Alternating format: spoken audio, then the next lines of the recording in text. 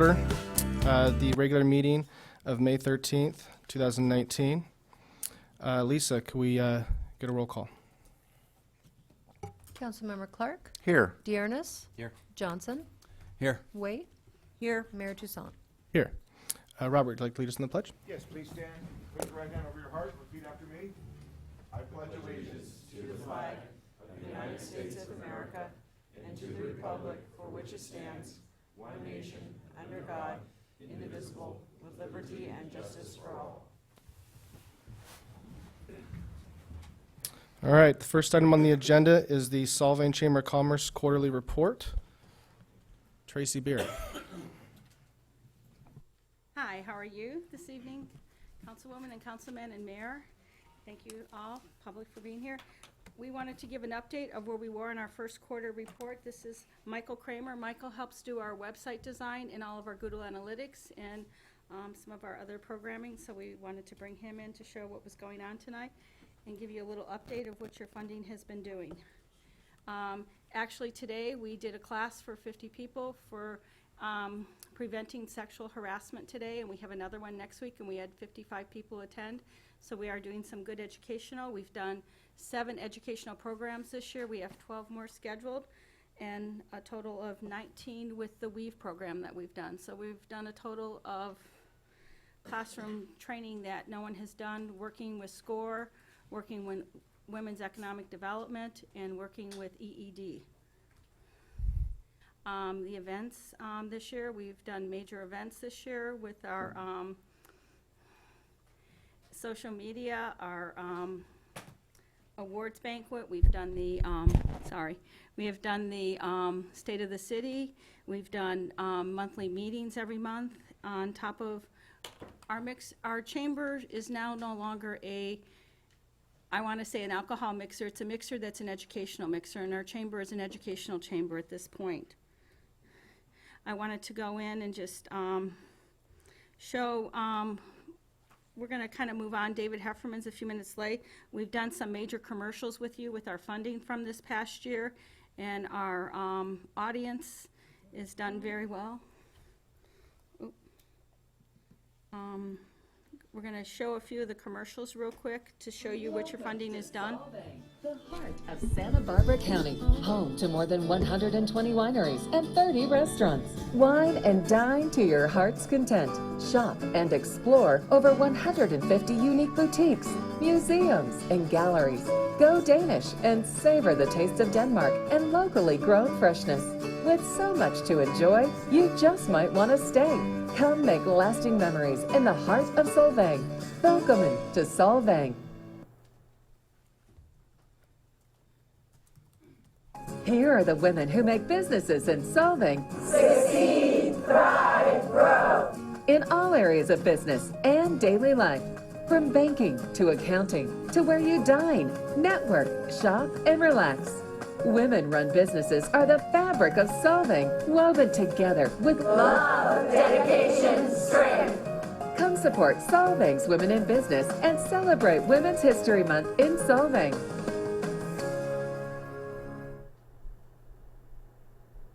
Come discover Solvang's wonderful museums and galleries. Learn about the history, art, and culture that makes this charming Danish village such a wonderful place to visit. Explore Solvang's rich cultural heritage. Uncover treasures preserved in time. Discover magnificent vintage collections. And find the place where art meets nature. Together with fantastic shopping, wining, and dining, the museums and galleries of Solvang are incredibly unique. It's all here in Solvang, the heart of the Santa Ynez Valley.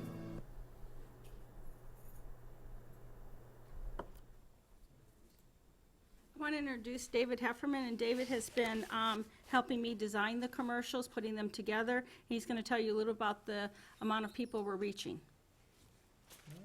Hi guys. Right here, you know. Hit the button. Hit the button. Up, down. Right. Right there. Hi, I'm David Hefferman from KEYT News Channel 3 and Fox 11 Television, as well as KEYT.com. Pleased as punch to work with Tracy. She's really a fantastic innovator, and the following marketing program has really been compelling and effective, and doing something that other T-bid groups, other people with top money, are not doing throughout the Central Coast and South Coast.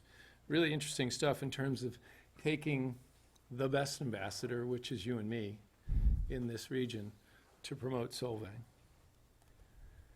Our coverage map is such that you might not be familiar with the properties. The most interesting thing about KYT is it's the only local network affiliate that can be seen from Paso Robles to Camarillo. The normal Santa Barbara DMA, if you will, designated market area, we all come from a certain market. Santa Barbara's market 124 in the nation. It's based upon census, population, our coverage area.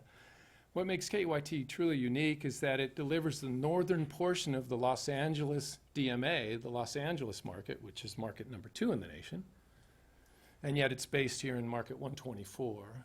And so when you partner with KYT, you get Paso plus all of Ventura County, which we don't charge you for, of course. Fox 11 is the exclusive Fox affiliate, the network affiliate, rather than Fox News headlines. The network affiliate that carries, of course, NFL and a lot of other things. But the Fox signal can be seen from basically the Ventura County line, which is the Santa Barbara DMA, to Paso Robles.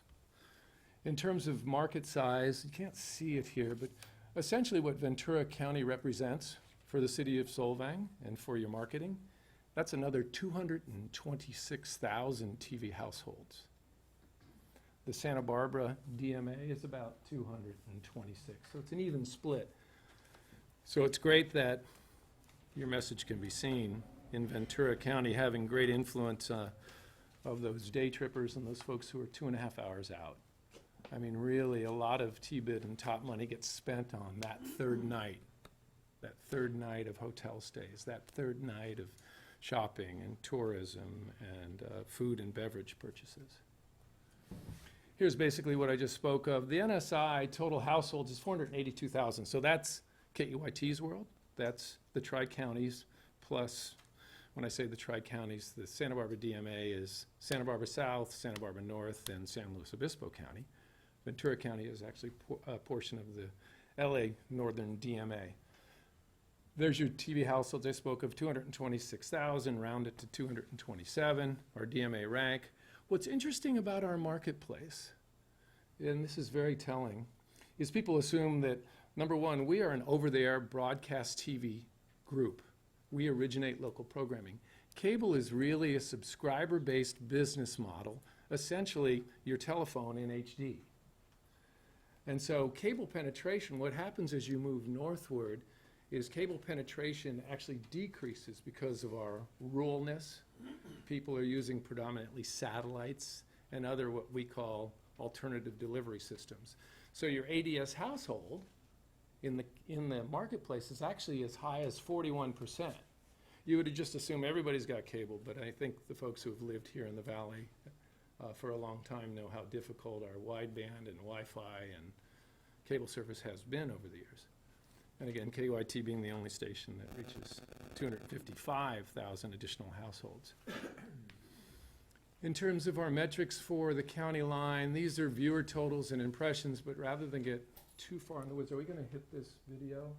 Yeah, you can hit that one. We didn't show that. We showed the other There's ones. not a video, there's 3 videos, and that one doesn't have. That doesn't, okay, this is just a link. Without getting too far in the weeds here, the off-site targeted display and video ads, I should address this. Tracy, again, in her innovation, we offer an array of both on-site. There's 2 sides to the internet world. The on-site world, the published world that we're all familiar with, which is the website experience, basically published content. Oh, I'm sorry. And the off-site, sorry, I thought you could all hear me. The off-site targeted display world, there's a typo. I give it $5 to anybody who can find it. The off-site targeted display world is basically the rest of the internet. If you have a location service on your phone, we can deliver an ad to your phone. A location service being a GPS service, and we all have some sort of location service on.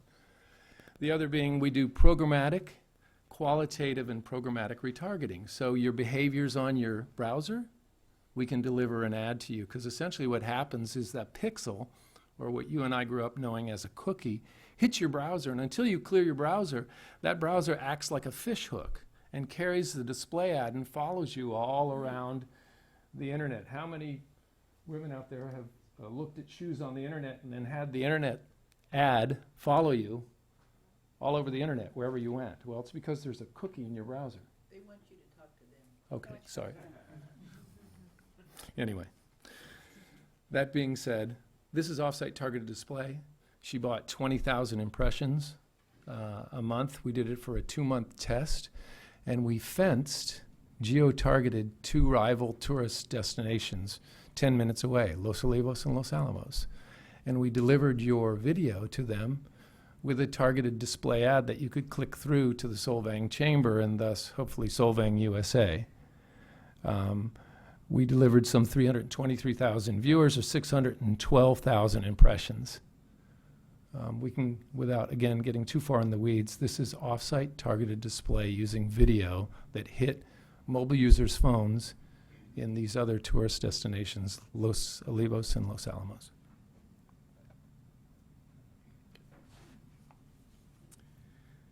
We divided it into 3 different campaigns. The January and February was the heart of Santa Barbara County, and this is the overriding theme of the campaign that we've been doing with. This is really pretty much your core message, that Solvang is the heart of Santa Barbara County.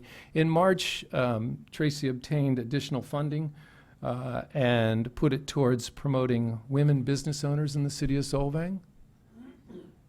And because it was Women's History Month, again, a bit of an innovation in my experience in chamber activity, much less in cities embracing their business owners. And then finally in April, of course, it's the breaking of the buds, the celebration that we all enjoy in our agricultural community and the vintners in particular. And so there was a wine-oriented spot that also spoke to the fact that Solvang is the heart of Santa Barbara County. And there's your notes there. Do you have any questions so far? Yeah, can you tell us a little bit about the spend for each of these campaigns? Yeah, I'll get to that in terms of the spend. Turn your microphone up. So it's hard to hear if your microphone's down. Here we go. This is first quarter in particular, December 24th through the 31st of March. On KYT, it was $4,320 for 72 spots, some 369,000 impressions, 170,000 plus target viewers. There's actually the reach there you see in the metric down below is actually 80%, not 85%, but nonetheless close enough for our example. And the targeted audience saw the Solvang message nearly 3 times.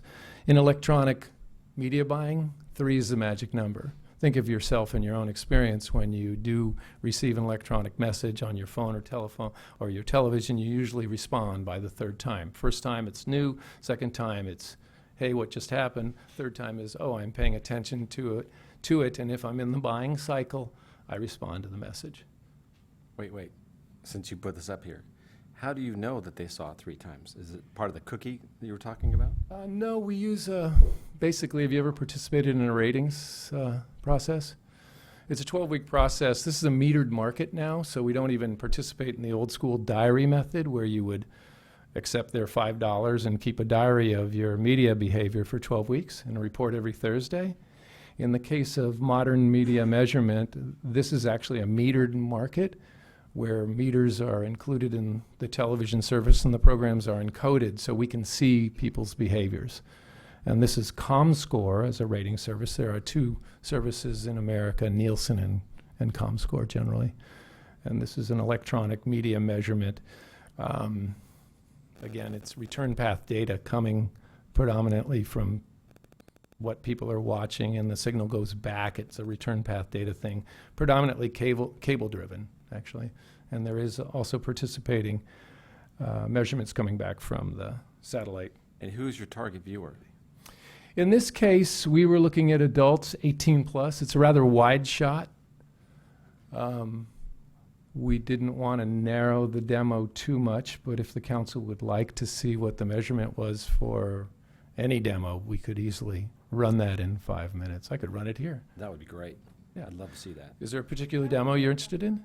Well, you don't have to do it today. You can pass it back to us after the meeting, but Okay. that kind of information is really helpful. Yeah, women, thank you, Councilman. Women 35 plus, men 35 plus. We could look at any shopping subset, if you will. But it's a pretty valid measurement. And the one measurement that I'd like to point out, most importantly, the cost per thousand. You see the CPM there? $11.70. When you're buying media, it's a key question that you want to ask of your media partners. What is your cost per thousand? And so for 1,000 viewers, the Chamber invested a rip-roaring $11.70, which what this measurement tells you is that the measurement that KYT and Fox 11 have a huge reach. Two of the traditional reach mediums in the world today, despite what millennials might tell you, are television and newspapers. They are traditionally the biggest reach mediums, thus the CPM will usually be very low.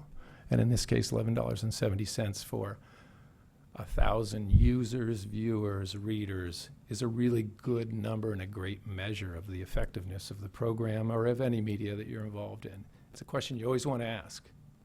And how does this translate to consumer spending, or is that coming up in your presentation?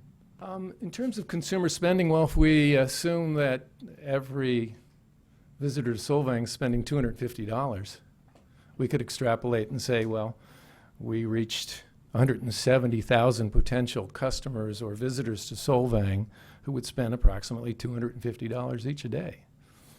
And in my case, I live right around the corner in Buellton, and I spend that in an afternoon, unfortunately. Here's our Fox 11 measurement, $360. Fox is the little engine that could. Fox 11 is an outstanding value in the local marketplace. Some 12 spots was able to deliver 20,000 impressions or 12,000 target viewers, 6% of the target audience. And the target audience saw your message nearly 2 times. If you look at your CPM, it's a little bit higher, 1846. In particular, what we were doing with this was to target the news viewers 7A to 8A in the morning news on Fox 11, which is the only locally positioned newscast in the marketplace. Everybody else is in network doing inserts. CBS, ABC, and NBC, our competitor. This is the Women's History Month March schedule. Again, the previous 2 schedules were basically January 1 through March 31st. This was the separate grant earmarked specifically for Women's History Month, $1,800, 54 spots. I might add that these spots had a number of bonus spots. We get the basic question I get a lot, and I do a lot of event marketing and nonprofit agency work and partnerships with smaller budgets.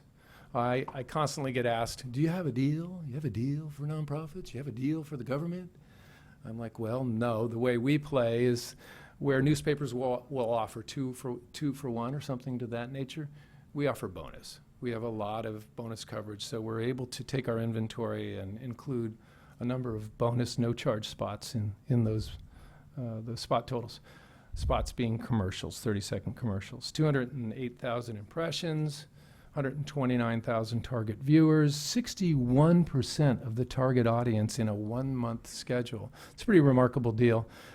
This was a person's adults 18 plus, but if we again wanted to measure just women 35 plus and see how they responded to the message, we could do so.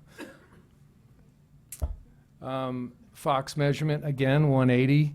Fox, the little engine that could, delivered 15,000 impressions with some 11,000 additional viewers, 5% of the target audience.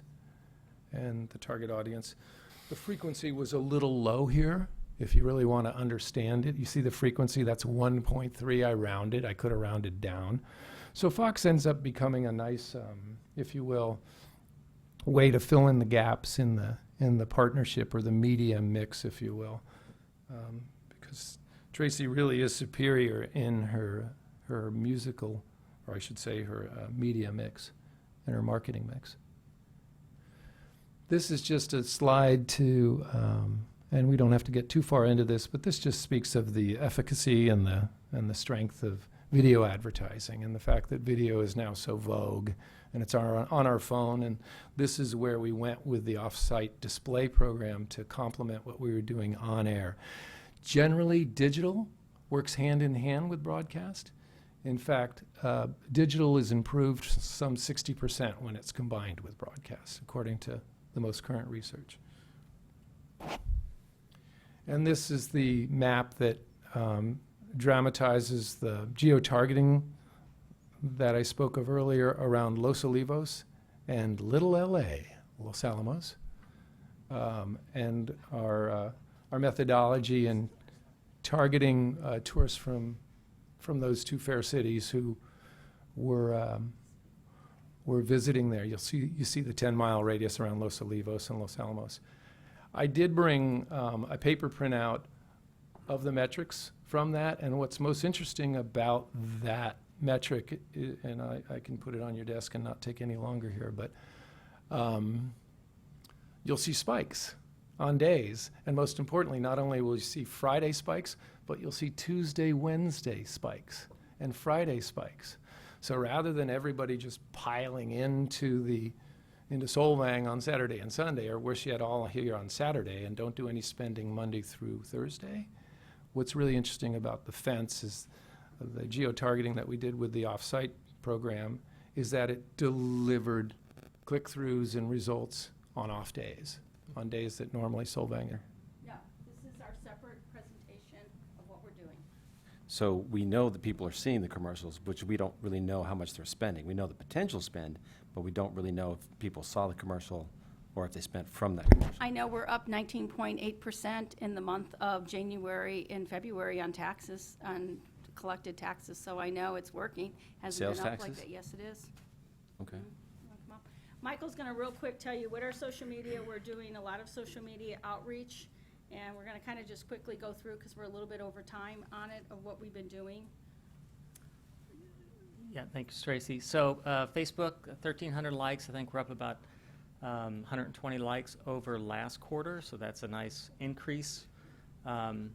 When it says our post reach was up, so when we make a post is a physical post that you make onto a Facebook page, and then there's engagement, and so our post reached 12,000 followers, which is really good. And then engagements, so almost 8,000 engagements. That means someone likes it, comments on it, or shares it.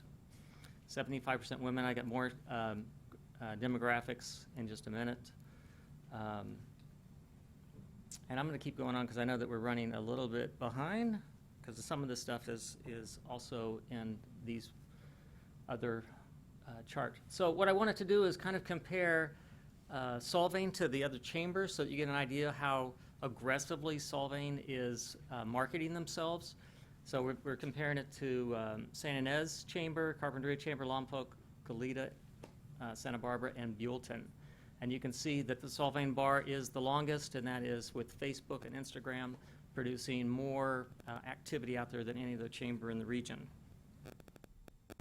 This is a comparison between Solvang is on the top and Buellton is on the bottom. So this is showing organic traffic into the website from Google searches.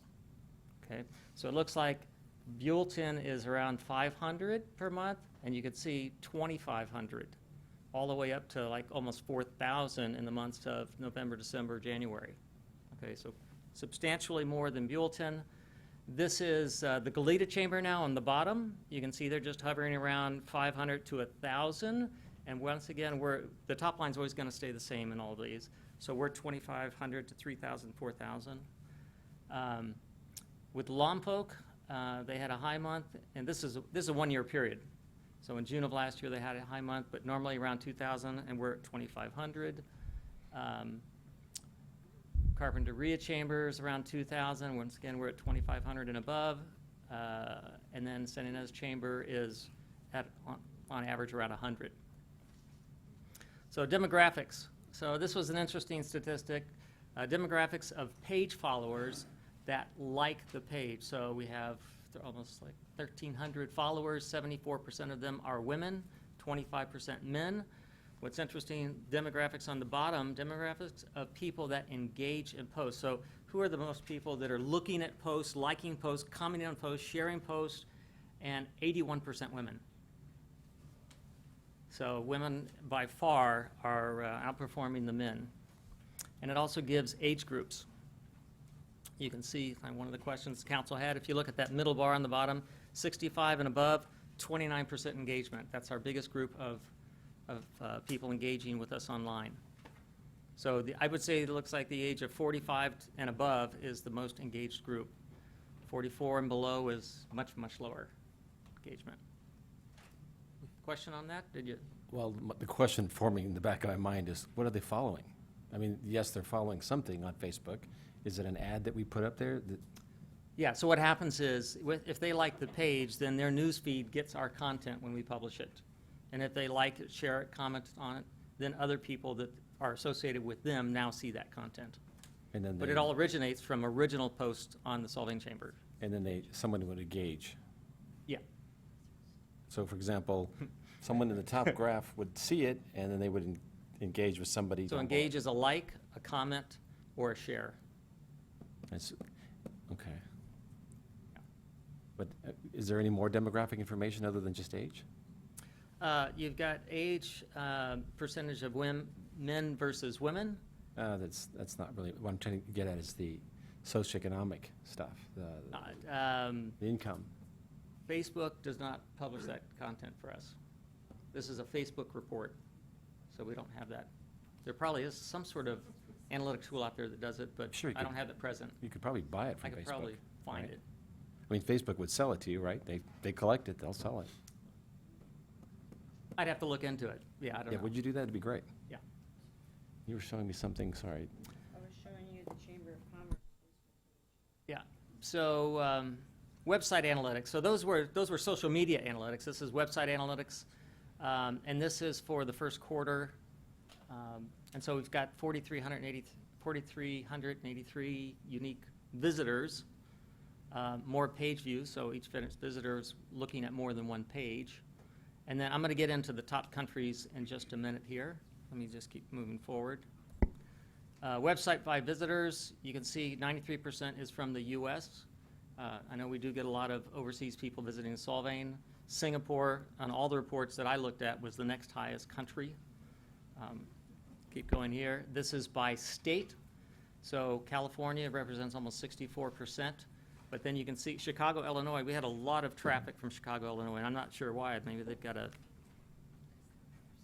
culture over there or something, but they're really very consistently interested in Solvang. New York, Oregon, and then two unknowns, and then Arizona, and you can see down through the list. This is by city. So, you know, David was talking about targeted marketing to fill in those days from communities around here that would come visit Solvang. You can see Santa Maria is the highest visitor to the Solvang Chamber website, then Santa Barbara, and then once again Chicago. That's, yeah. Oregon, then Los Angeles, Lompoc. You see, Solvang is down there like fourth or fifth from the bottom, only 142. So we're getting a lot of outside interest in the Chamber website outside the city. And this is kind of a demographic overview, regional overview of where the traffic is coming from. You can see it jumps right down into Irvine, Pasadena, San Bernardino.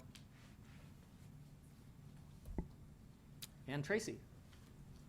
I want to just say that we have bought time with Spectrum this year also, that doesn't show on here. We bought in Pasadena and Orange County, and we bought again for this quarter. So I think that demographics takes us all the way down to the LA market, into the market that we want to bring day trippers up. And also, we have bought shares with Spectrum all the way up to San Jose. So I'm very proud of the fact that I think when we took over the chamber and we took over, the marketing was very poor, and now we have a very good marketing presence, and we feel we have a good shopping presence. And when you give money to the chamber, you're giving to all the businesses, because you see, we don't just pick something, we pick our businesses, and we throw them in a hat and pull out. So that's how we've done it, is just in the office picked out, and I think we've done a good demographic, and it's not board people, but it's people who care about the chamber and people who are giving back to this community. So we think your money goes very far and wisely. So I thank you very much. Our financials were turned in last month to David. So David has our financials. If you have any questions on that, you have the reports. They've had them for over 45 days now. So I thank you all. I'm sorry we went a little long, but we were very excited to show you that we reach over 1 million viewers now between all the markets that we share, and we think that's important. And we buy the market share, but we don't buy Google Analytics, which is very proper that other of our nonprofits are doing, and other ones of our, I want to say, different organizations are doing in town and in San Ynez Valley and in the Santa Barbara County, and we're the only one that is not doing that. We're doing straight out. So I thank you very much. Thank you very much, Tracy. That's very informational. With that, we're going to move on to item number 1, public communications. Lisa, can you please announce the criteria for public comment? At this time, please direct comments to the City Council regarding consent calendar items or matters not on the agenda but within the jurisdiction of the council. Okay. And our first speaker is Lee Rosenberg, followed by Kenny Esco.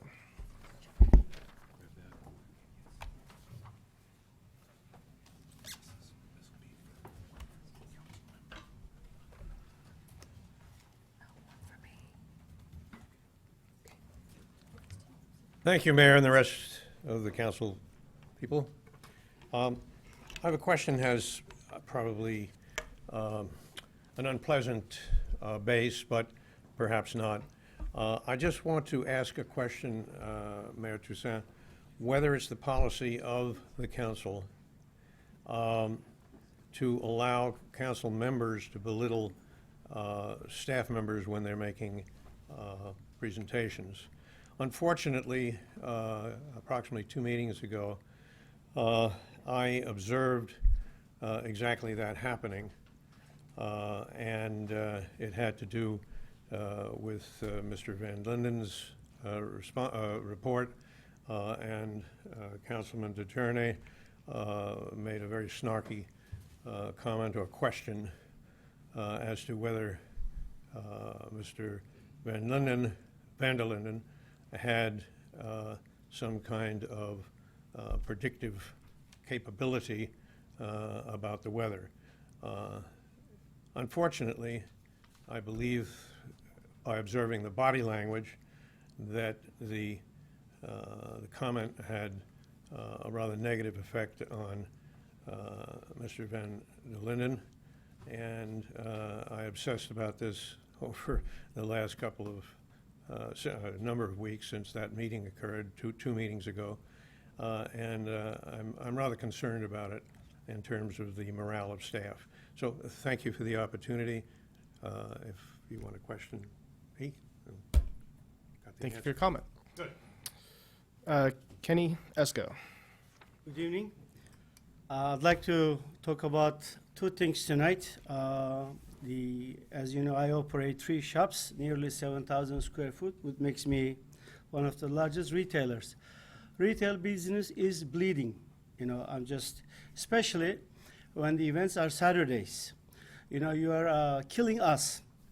It's the Saturday, our most important day, when there are events like this. Yesterday, in last 2 Saturdays, it really, it hurts us. It distracts the business, and also it kills other businesses. Like they come in Friday and they check out Saturday afternoon, and hotels and the restaurants, they suffer because there is no business Sundays. So please, except the Danish days, remove all the events, if it is possible, to Sunday. So we have, the better. And anything, you do on Copenhagen is another problem. I've been here for last 4 years. We had and I've been talking to our friends, the worst Mother's Days, which is a very important retail day. It was like, for us, even yesterday, it was so quiet. Saturday afternoon, the town was like a ghost town. All these people disappear, and the traffic opened. There was no one. So please, I'm urging you guys, look at the matter very serious. You will see later, the January taxes represents the last quarter of 2018. The first quarter, I can say with the weather also, the first half of the year will be terrible. I'm not only the one I'm talking behalf, but my colleagues and friends and the neighbors. So please, do not allow any more Saturday events, maybe somewhere else's. And if it is possible, remove the days to Sunday so we have larger weekend. This way they come Friday and they check out Saturday afternoon and that's it. There is no any business. Another thing I'd like to remind you, most of you promised during your campaign for amnesty. So far, it seems your goals do not match the city's practice. I wonder what happened. You promised for the amnesty, and what happened? It doesn't come anymore to agenda. I have an issue. Like many garages were converted to storage, and my garage was converted behind of the store on Copenhagen years ago. Now my landlord has to spend. It also disturbs my business, of course, because I have to move out in and doing upgrading. So I wonder what happened to amnesty. Is it going to be? Because the message city staff giving to us is not going to happen. So I wonder what happened. Your promises, are you going to execute? Are you going to deliver your promises? During the campaign, we support you, and you promised. So I'd like to know what is going on about amnesty. Thank you very much. Thank you. Joan Jameson?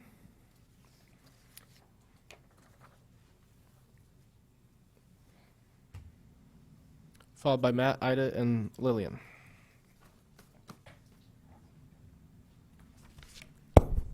Good evening. Just two things. One, I'd like to thank the Inkling store for being very supportive of the Tough Enough to Wear Pink posters that they made. Michelle designed them, and I thought they were really nice. People got a big kick out of them. They didn't understand necessarily what it was about, but we explained it to them. They got good coverage in the newspapers, and my friend Judy Brown was the one holding the poster up in the local newspaper. The second thing is, I would like to remind you all during budget hearing time that back in 2012, we passed Measure Z, and the funds, we told the people, it was not a part of the ballot issue, but we told them after they had requested that we spend more money on the local community and not just on the tourist, that we raise monies for our nonprofits and other things to our library. But I just want you to remember during budget times to please be generous with the nonprofits that are within the community. They need your help. They supported the measure. It's not supposed to be used just for the tourist industry, so I appreciate your consideration. All right, Matt, Ida, and Lillian. Followed by Karen Boker.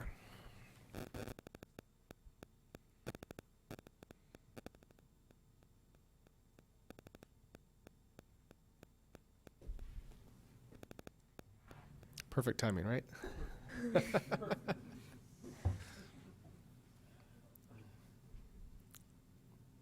Oh, why don't we, maybe Karen, you could speak while we wait for this to restart.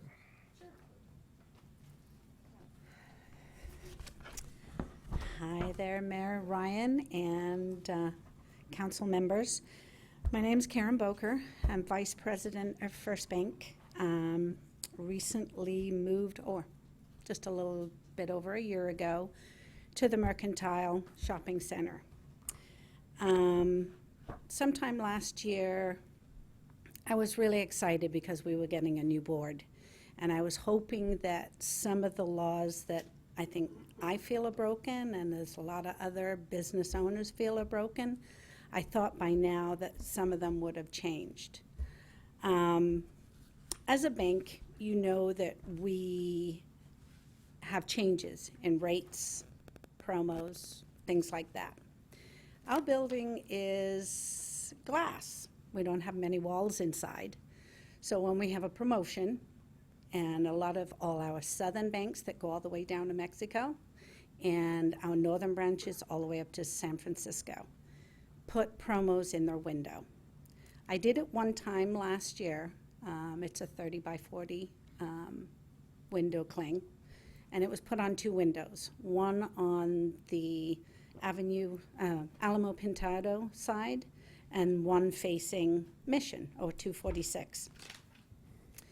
It was up there, it was at a time that we didn't know whether it was 30, 60, and anyway, I ended up getting a violation for it because it was up more than 60 days.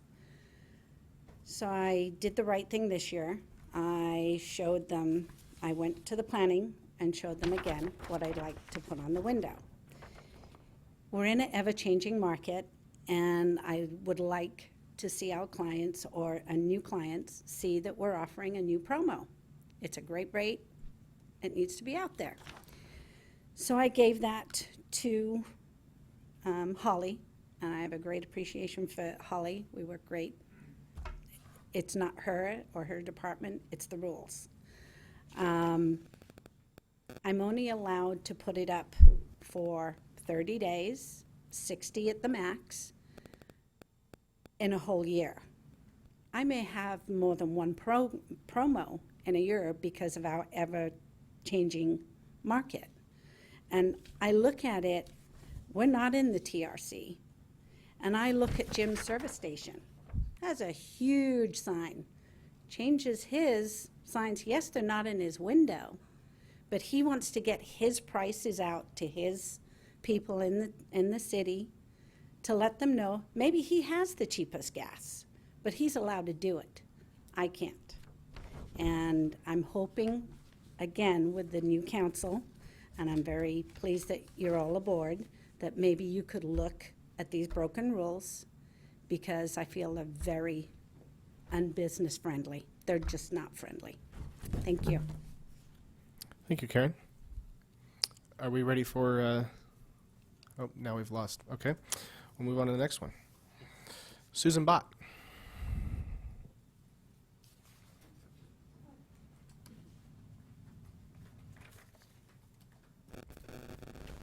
Good evening. I'm Susan Bott with Save Our Solvang.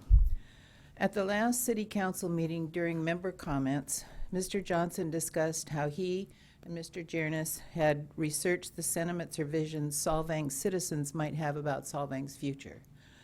I noticed that the only citizens he mentioned as having been contacted were Solvang retail owners, and I believe he said those were the category of people they had contacted. Since there are many more Solvang residents who are not retail business owners than those who are, I would hope City Council would want to take into account the rest of us. You actually have a recent resource for doing just that in the citywide survey, which was on the Solvang website and enclosed in all of our water bills. I'm sure the completed surveys are still in your files. Save Our Solvang hopes that our urban growth boundary proposal will be included in your vision of our city. Thanks for your time. Lisa? Steve Decker.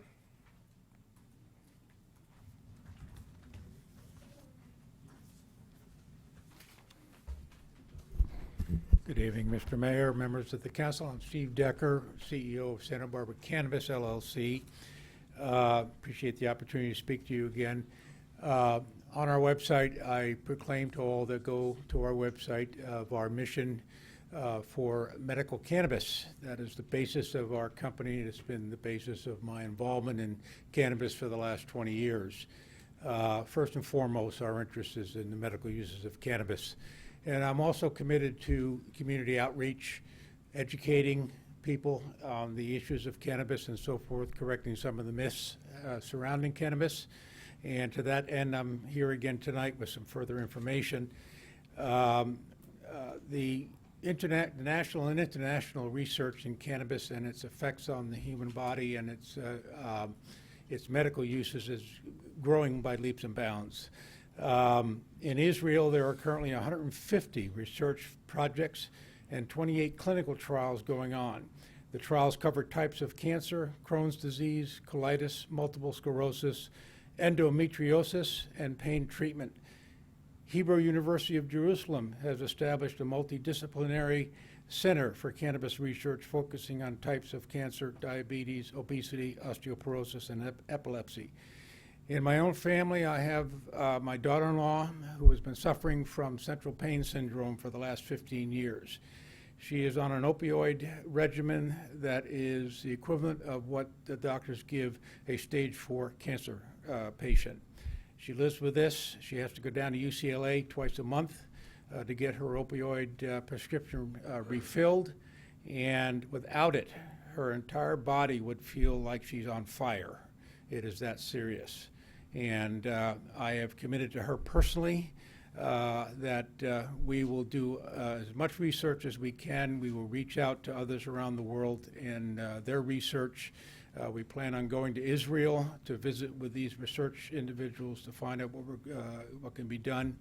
And also, I have hired a individual that has a master's degree in pharmacology from Oxford University, which will head our research and development department in our company.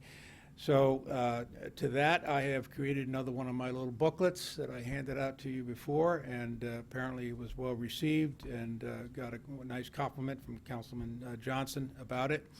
And to that end, I'm going to give you these again, and I undoubtedly will be back again with some more information for you. Thank you very much.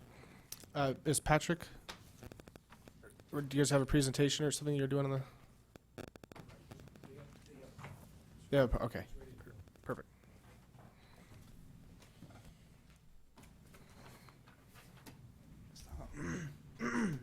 So as you all might know already, we have some of the three Niels Brock students who will come each, some of the 28 Niels Brock students who will come each year to go to school in Santa Eunice High School. This year we have been provided the opportunity to help you, the City Council, in order to make Solvang more Danish. So this is three of the projects we want to talk about today. Yes, first we'll just give an introduction about the projects that we three are working on. The first one is the architecture of Solvang, and then we'll go to the tourist events, and on the events we'll talk about Tivoli, and yeah, at last we'll just talk about the experience of Solvang. Our projects. My project is architecture. We want to find out how we can make Solvang more Danish by improving its architecture. Yes, and my project is tourist, and we just want to see what kind of tourists that come to Solvang and how we can attract different kinds of tourists. My project is what events Solvang can put on that will attract higher spending tourists and how we can improve the events that are already here. So the first project is architecture of Solvang. So as you can see up in the right corner, you can see this is Solvang. Solvang have not the same colors as Nyhavn in the bottom. This is what the colors some of the buildings might look like in Copenhagen. You can see the colors are white and brick colored, and it's wrong colors. The bindings, I'm sorry, it's just the wrong colors compared to what we have in Denmark. I don't know if you would know the word bindingsværk, but the bindingsværk is like Crosses. the crosses on the buildings.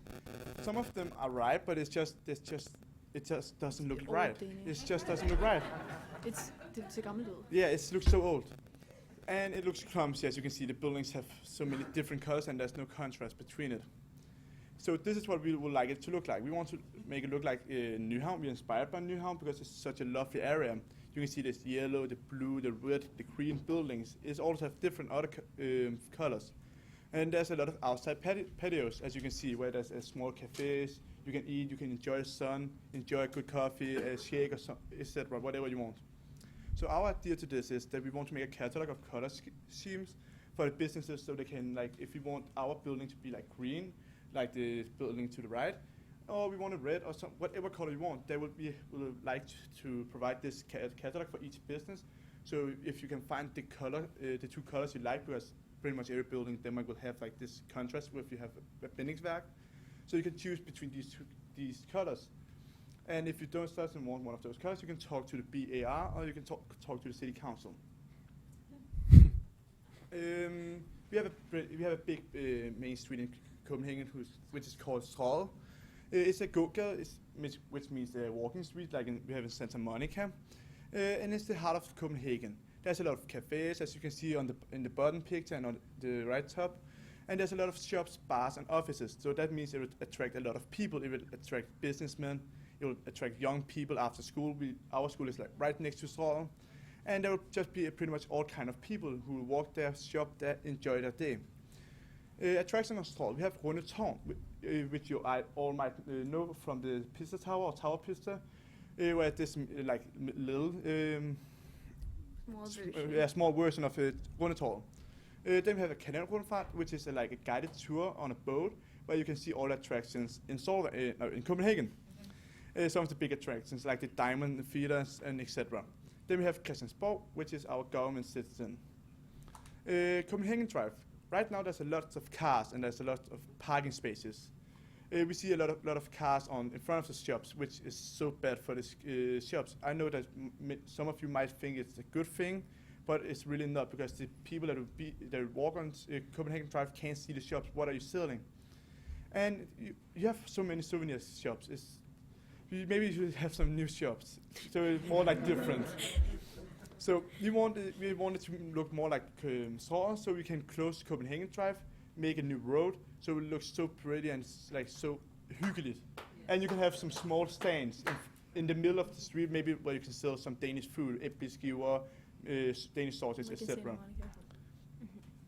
Okay, and now we're gonna talk about the tourists, and we got a little bit of data from Visit SYV. Yes. So we used this data to create some events, or we roughly made some events that can be put into Solvang.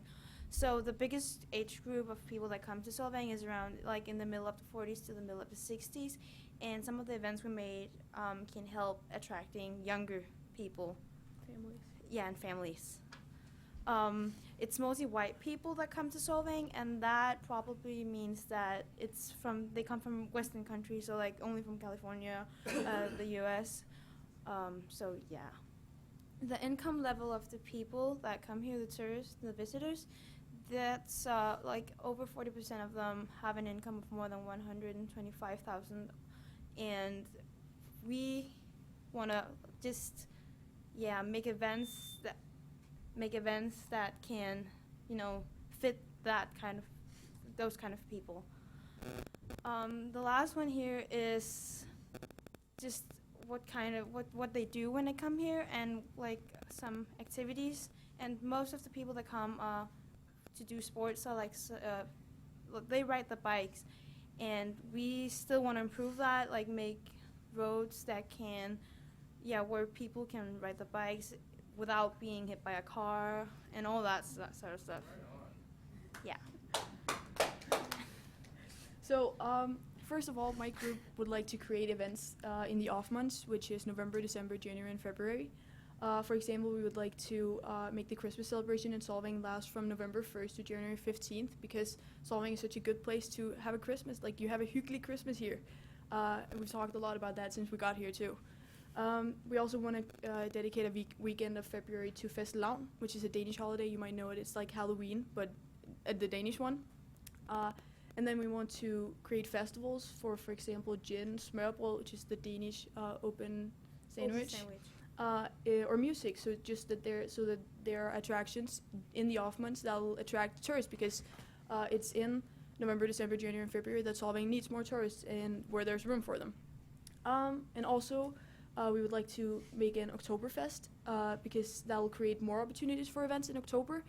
And Oktoberfest is a German holiday, but it's become European. So we celebrate it at our school too, and it's something that we think would be good for Solvang. And then Danish days, we want to make it Danish week, because of course Solvang should have more than a weekend dedicated to Denmark. And I mean, it'll attract so much more people, and it's a good place for not only Americans but also just people from other countries to come and learn about Denmark and have a good time here, and maybe even just Santa Barbara County or Santa Ynez Valley. But right now, Danish Days is very dedicated to the local people here. It's not like a tourist event, and we want to make it more of a tourist event. And then my group chose to talk about Julefest a lot, because Solvang is such a small, hyggelig town, so it has great potential to be a Christmas town. So what Julefest is like in Solvang right now was very difficult to find out, because there's not a lot of data to find out about the events here in Solvang. So the data I've gathered is from my teachers and my host family. But I know that there's a Christmas tree competition between the companies here, and that there's live music and a parade, and that's pretty much all I could find out. So what we suggest Julefest should be like is like Cambria Christmas Market and Berlin Christmas Market, as you can see here in the pictures. The Cambria Christmas Market has a light attraction where you pay $20, I think, and then you walk through it, and there's a light show, and it's really pretty. So that's an idea to an event. And the Berlin Christmas market has, as you can see, it's a real market that they sell Christmas things. So we suggest that you sell Danish Christmas food and drinks like brændte mandler, which is caramelized almonds, æbleskiver and gløgg. Then you could do workshops where the kids could learn how to braid a Christmas heart, and while the parents learn how to cook gløgg, or different workshops. And maybe even do an ice skating rink or an ice skating competition. So in short, we think that Julefest should be a longer celebration with more opportunities for events that will attract tourists. And then Tivoli, of course. Tivoli is one of the most Copenhagen things and Danish things there is in Denmark. And it's really for everybody, and that's what we want Solvang to be like. There is a restaurant, there are attractions. It's an amusement park. Yeah, it's an amusement park. There are hotels, there's music and theaters, and it's hygge. It's probably the definition of hygge, I think. So everyone has a reason to come to Tivoli. It doesn't matter if you're going to eat dinner or have a meeting, or if you're hanging out with your family or your friends, or even how old you are, because everyone fits in Tivoli. There's always something to do. And as I mentioned, that's what we aspire Solvang to be like. So Tivoli lights. Tivoli have a lot of lights, as you can see on these pictures. You have like these light balls, and where we can have the same in Solvang. But when I love to take walks in the night because it's so nice, especially with this warm weather you have in the night. So when I walk through Solvang, I see there's lights on some of the trees, but it's just not enough. It's so dark. So you can make it like Tivoli in the middle of the picture. There's lots of lights, so you can have this cozy, just have this hyggelig atmosphere. So you can create this Danish atmosphere, because Denmark is all about hygge, and it's like Denmark is just hygge, and you can see it's only not just normal lights, it's also like different colors of lights, like yellow, blue, green. As we saw in Nyhavn, they all represent these kind of colors. Yes, and then we have the Tivoli Garden, and the Tivoli Garden is actually a march band, and like a marching band, and it's kids that play the instruments and walk around in Tivoli. And we think that that's another easy way for Solvang to become more like Tivoli. Yeah, it's not completely easily, but we already have a band at the high school that play instruments, and those could just become like its attraction, because they'll just walk around in town, and Once a week. Yeah, once a week maybe. And they look very Danish because of the uniforms that they're wearing. And there's actually in the middle of the picture, the screen, there's a guy just standing, and he's standing in front of a Amalienborg, which is where the queen lives. And people come there and take pictures, and they're small figures, and you can buy them, and it's really something that people recognize everywhere. And it just creates this atmosphere of Denmark, yeah. Thank you, all we readiness box students. Do you have any questions? Robert? Good job. Thank you. All right. I just,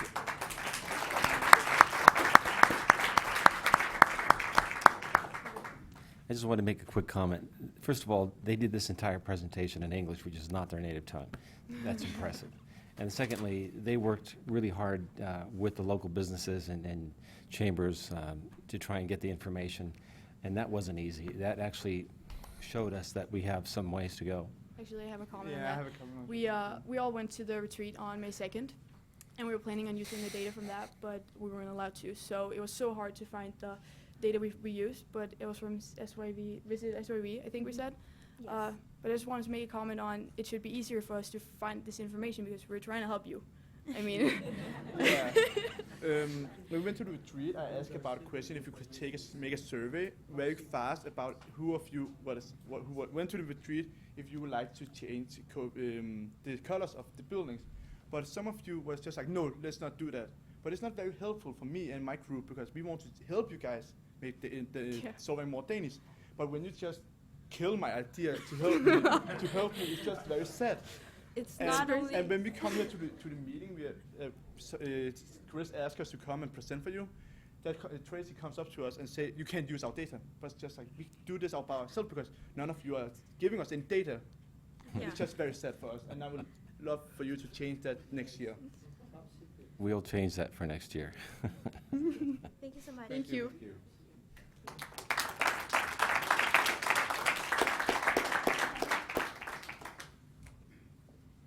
All right, with that, that concludes the public comment portion of the agenda, and we'll be moving on to the city manager's report and advanced calendar. Oh, I'm sorry, Ed Skit, would you like to speak?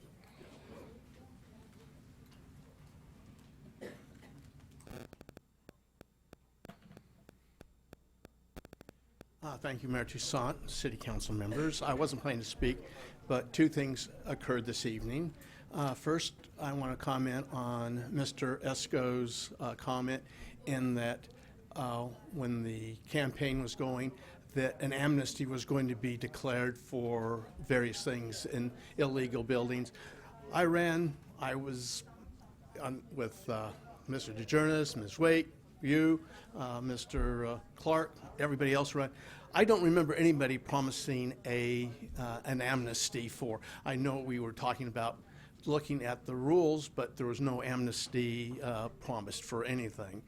The other comment I'm going to make is in regards to what the students from Nels Brock. Very nice presentation, but it should not have been made at public comment. It should have been set up as a presentation as the chamber was. Public comment is for people like coming up for talking things. It was not for a presentation.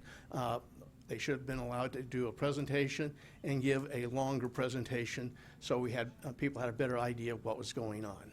But I thank you very much.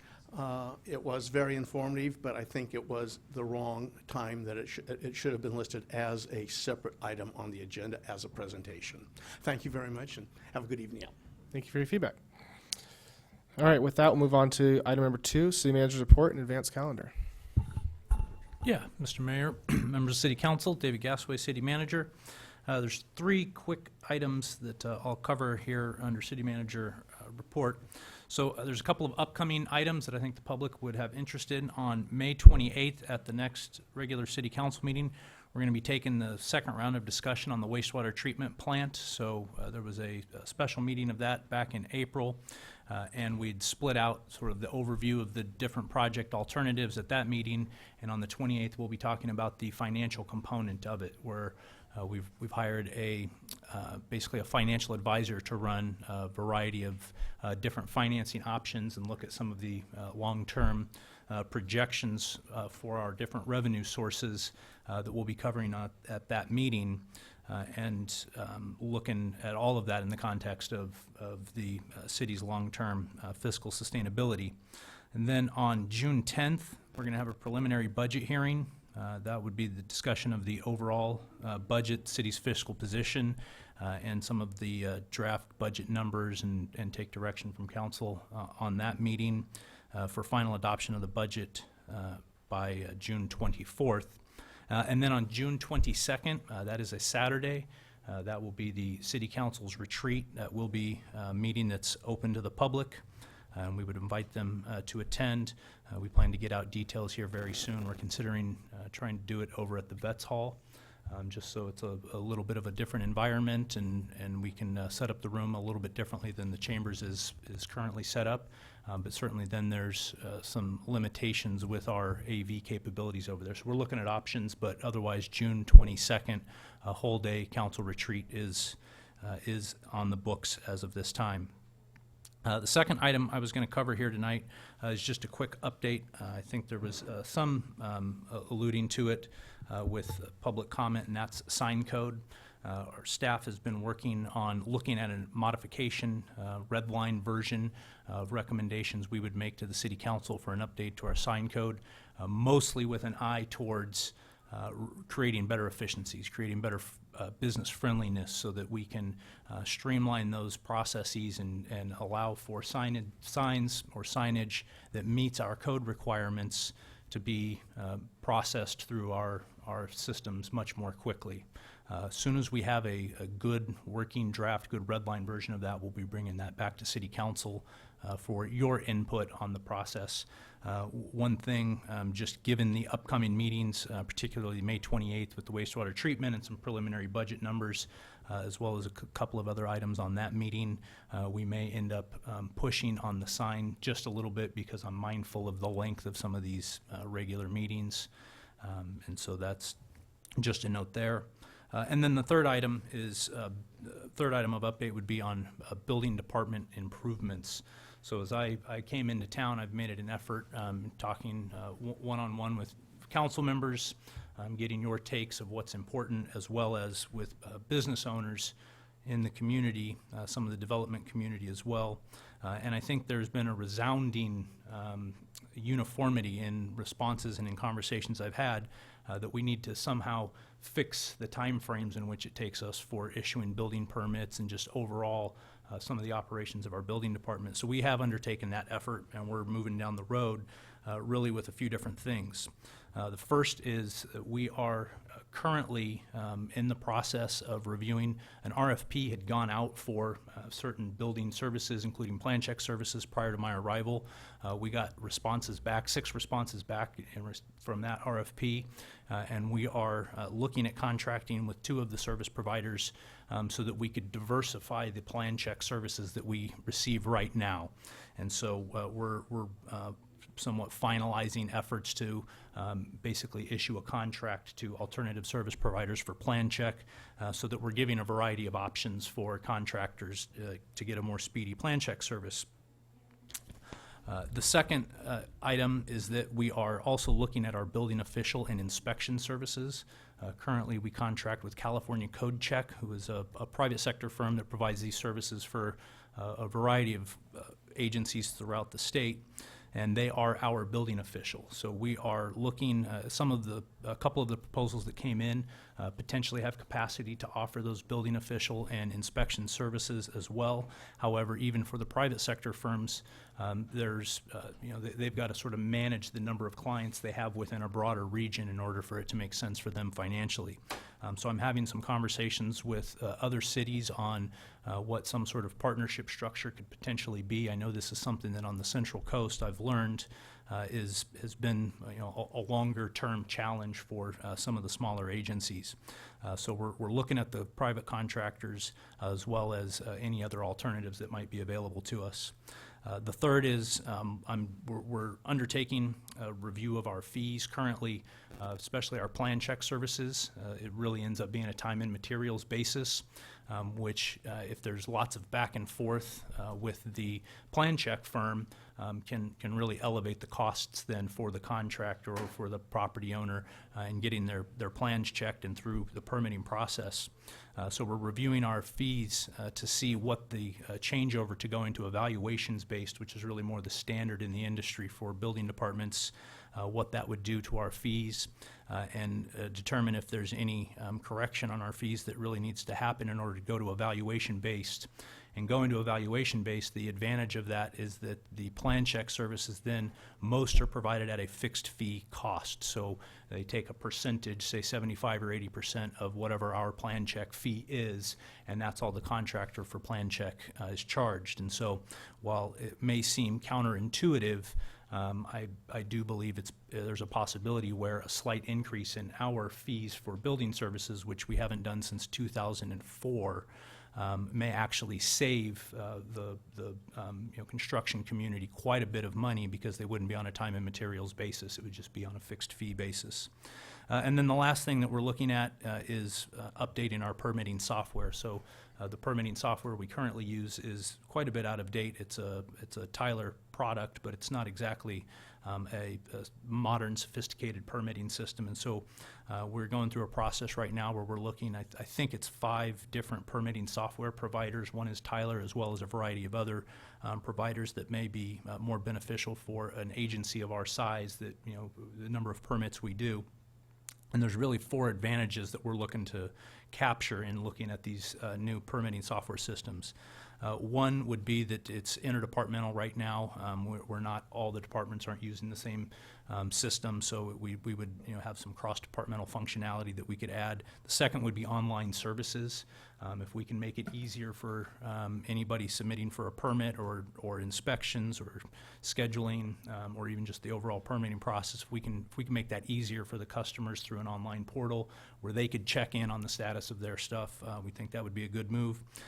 It'll also improve our own tracking and provide for analytics better analytics that we could then use to make sure that our services are in line with industry standards. So I wanted to give that update just because I know coming into town knew that was this is a topic that's certainly been of quite a bit of discussion, and it's really administrative in nature. And I've heard the council, as I said, as I've talked with you individually, I think this is something that was a priority, and so we've started really jumping to making those improvements. So if there's any questions, I'm happy. No, thank you very much. I think that definitely is a top priority of this council, and I like the very comprehensive report that kind of gives an update to the community about it. And I really like the idea around having more than one service provider. I feel like right now you're just totally handcuffed to California Code Check, and they can run you back and forth in that circle, charge you by the hour. There's no competition. If you have more than one provider, if the word on the street is that one isn't providing the kind of support the people want, then they'll use the other provider. So I think a little bit of competition there could definitely help. With that, we'll move on to the consent agenda. Item number 3. Do any council members have any items they'd like to pull? And if not, I'll entertain a motion to approve the consent agenda as is. The only thing I would like to pull is that there are 2 warrants for my employer that about $68, something like that, so I would abstain. So from for that, you can still Correct. vote on it all normally. Just note that you are not voting on those items Correct. and warrants. Would anyone else like to pull? Would anyone like to pull anything? Do I have a motion? Yes. Make a motion to approve the consent agenda. I'll second the motion. It's been seconded. Can I get a roll call? Councilmember Waite, Yes. Johnson, Yes. Dearness, Yes. Clark, With the exception of the Nielsen warrants, yes. Mayor Toussaint. Yes. Passes 5-0. With that, we'll move on to the regular agenda. Item number 4, St. Ines Valley Draft Bicycle Master Plan Review. And I believe we have a staff report by Matt Vanderlinden. Yes, good evening, Mayor Toussaint and council members. Matt Vanderlinden, your Public Works Director and City Engineer. And with me this evening is Michael Becker from SBCAG, the Santa Barbara County Association of Governments. They're the agency who's been preparing the Santa Ynez Valley Bicycle Master Plan. And I'm going to have him come up in just a minute, but I wanted to give a few little introductory or background comments.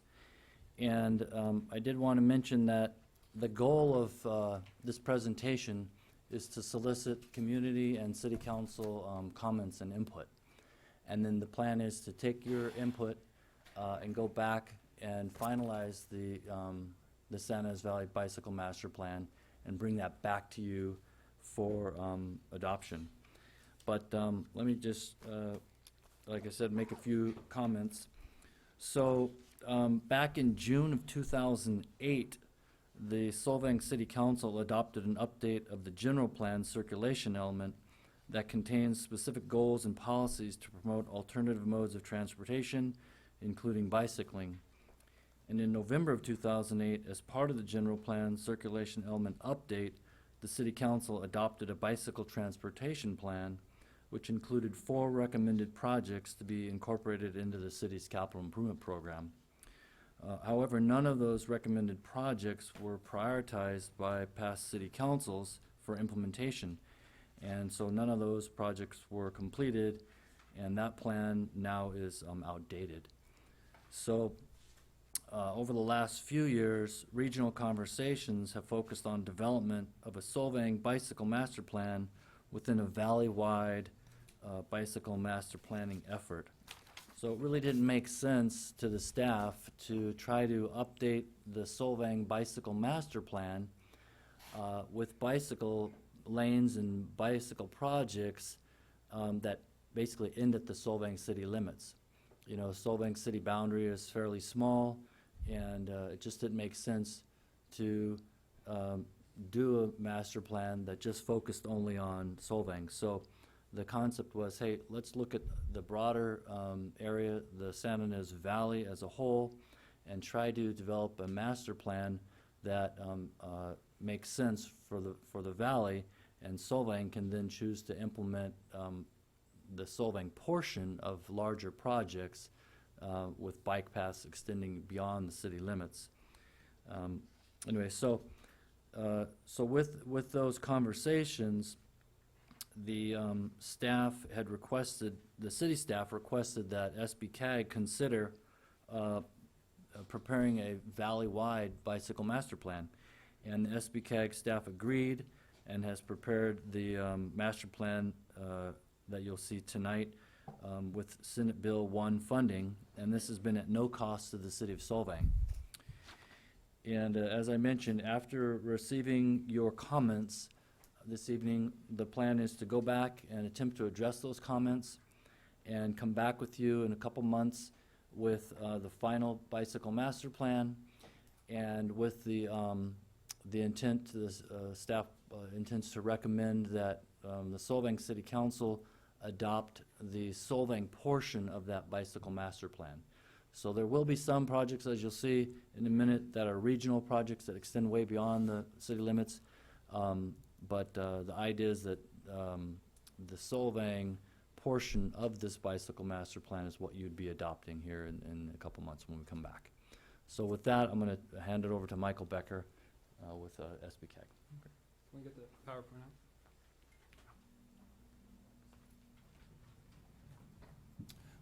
Well, Matt's getting the PowerPoint up. I think I dropped my talking points because he took half of them. But I'm Mike Becker, the Planning Director at SBCAG. Thank you for having me, Mayor Toussaint and City Council members. I'm here to talk about the St. Inez Valley Bicycle Master Plan. And at that Can we point, turn the lights down a little bit? It's just called Solvang.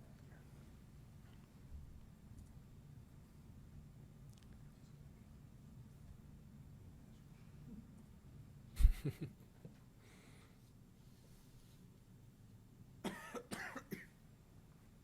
one boat. It's just called Solvang.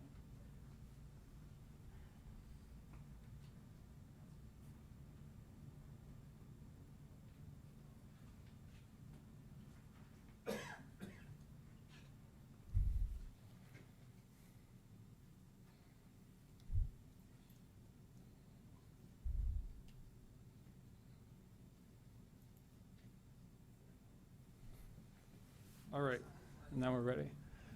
All right, so as your Public Works Director said, the City of Solvang approached SBCAG, I guess it's been about a year and a half ago now, and asked us to consider including a St. Inez Valley Bicycle Master Plan in our overall work program. Our overall work program defines the work that we take on over a given year. I like the idea, and we talked to the County of Santa Barbara, the City of Buellton, and they agreed to participate in it, and SBCAG's board approved the overall work program, including this project. So about a year ago, we got started on it. I think it was last July or August, we had our first meeting. A lot of our meetings are right here in this room. Thank you for that. But through this project, we really wanted to look at 3 different types of cyclists. And I realized I should have put them in the other order because I think there's a whole lot of road cyclists in the valley. You do see some of what you see in the middle, which I call the casual recreational cyclist or the commuter, and to a lesser extent, the kids. So these are the 3 groups that we were looking at. I'd like to eventually balance it out where you have lots of kids that equal the number of road cyclists that you see out in the valley, and make it safe and convenient for people to commute by bicycle or to feel safe and be able to ride simply for the joy of it or for exercise.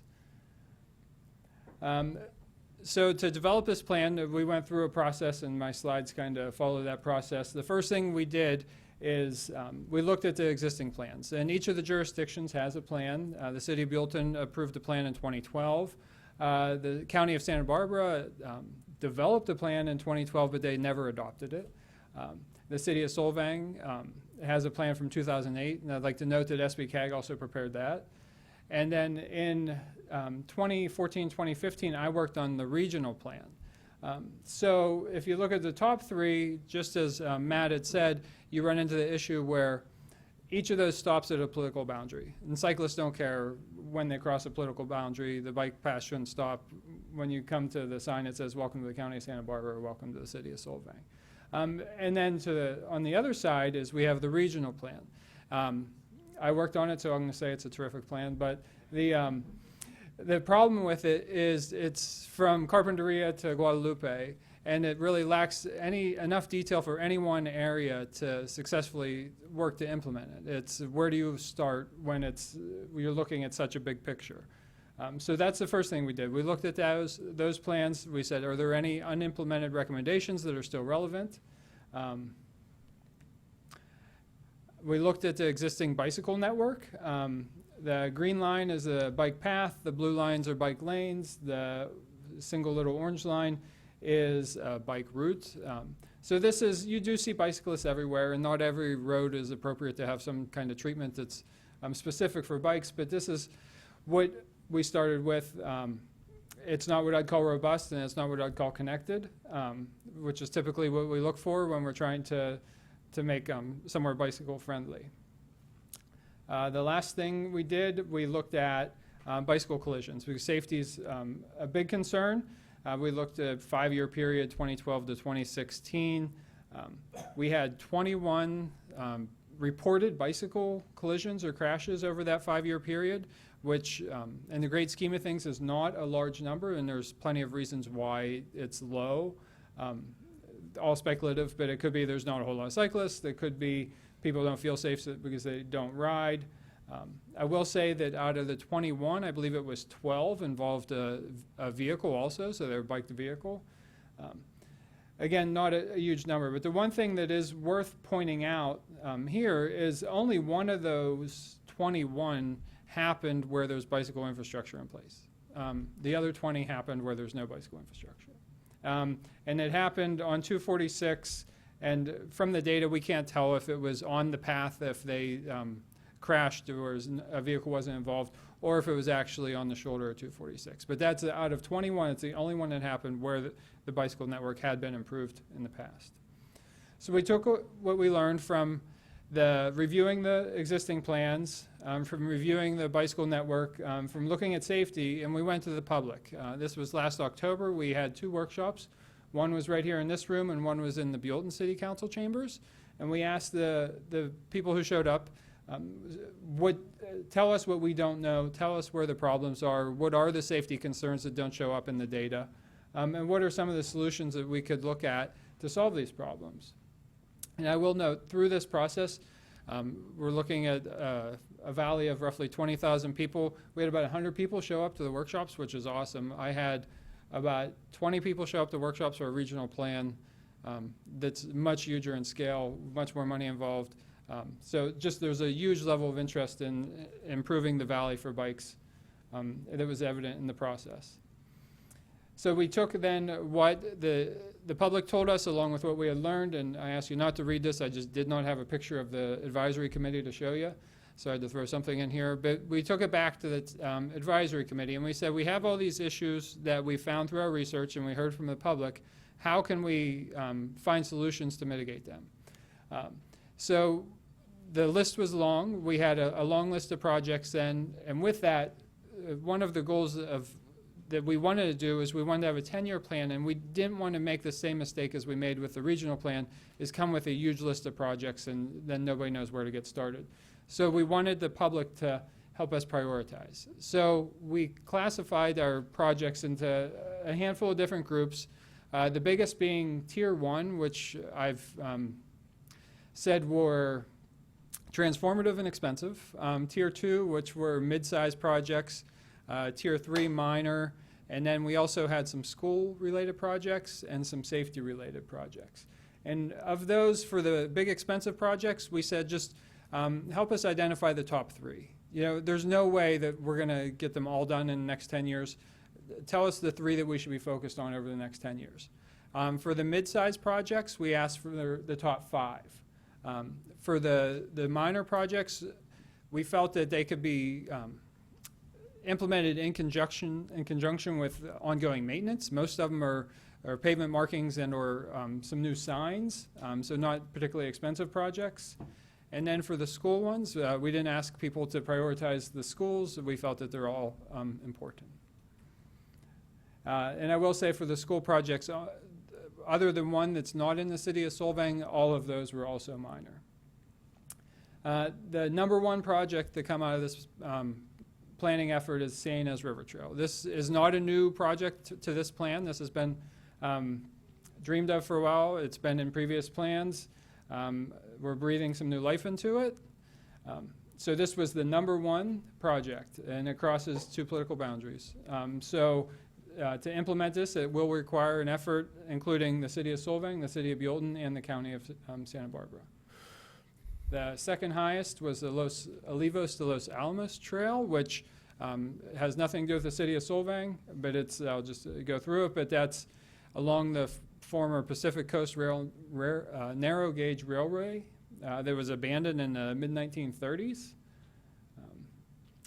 And the last one was, you're familiar with this project, the Sunnyfield Spur, which would connect the existing bike path to Sunnyfields Park. The city did submit a grant application in the last active transportation program cycle. It scored well, but just below the threshold for being funded. And this is what a complete build-out would be. This includes, we had out of those tier 1s, this also shows the tier 1s that did not meet the threshold. So if you look at the previous slide of the existing network compared to this is the complete build-out of every project that made it into the plan, plus those that were not meeting the priority threshold. So just a complete transformation of biking in the valley, a lot safer for people. And on the safety topic, I'd like to say that the statistics did not show that this is an unsafe area. However, I believe the bigger problem is the perception of safety, that people don't feel safe, therefore they don't ride. And the perception of safety, whether it's real or not, is just as important. As if we can make people feel comfortable, then perhaps they'd be more likely to ride a bike. And it's the same thing with a car, is if people don't feel safe, they drive slower. Here, with the bike, if they don't feel safe, they just don't ride it. They'll get in the car. So there's a list of projects that are specific to Solvang. I would say, if you could see, I don't know if I have a laser pointer on here. Oh, I do. So local projects goes down to there. Multi-jurisdictional, there's 2, which would require you to coordinate with your neighboring jurisdictions or Caltrans. And then the aspirational projects, which are the ones that didn't meet the threshold. We want to keep them alive, keep them in there. They're important projects. They solve an issue that was identified by the public, but they didn't meet that priority threshold. But really, you have 2 decent-sized projects that are Solvang alone, and that's the Sunnyfield Spur project, which hopefully through this process and the excellent public process we had, that it will score better in the next cycle. And then also bicycle pump tracks in Hans Christian Andersen Park was the second one. The rest of them are all minor projects. They can all, whenever you're repaving a road, hopefully these can be implemented. And most of them are about getting kids from where they live to their schools safer now. So there's always a lot of questions. What the heck's a pump track? So that's the only one I'm calling out. Just a couple of pictures. Really what a pump track is a safe place for kids to ride bikes where they don't have to worry about getting hit by a car. Or more importantly, where their parents don't have to worry about the kids getting hit by a car. They come in a variety of sizes. They can be as elaborate as you want them to be or as small. But really, you have a skate park there, and it serves the same purpose as giving the kids a safe place to go and ride bikes. And also, in the process, they're gaining confidence on the bike and bike handling skills and so forth. With the St. Inez River Trail, I will say a couple of things. First, a couple weekends ago, we stayed at Flying Flags Resort in Buellton for my daughter's birthday, and the one thing that I noticed is just about everybody there had a bicycle that they brought with them, and there was about 300 sites, I'm guessing. And I'd guess that probably most of them came into Solvang at some point during their weekend in Buellton. If there was a trail there, say just half of them used those bicycles that they brought with them, that's 150 cars that aren't sitting on 246 and 150 cars that aren't taking parking spots in Solvang.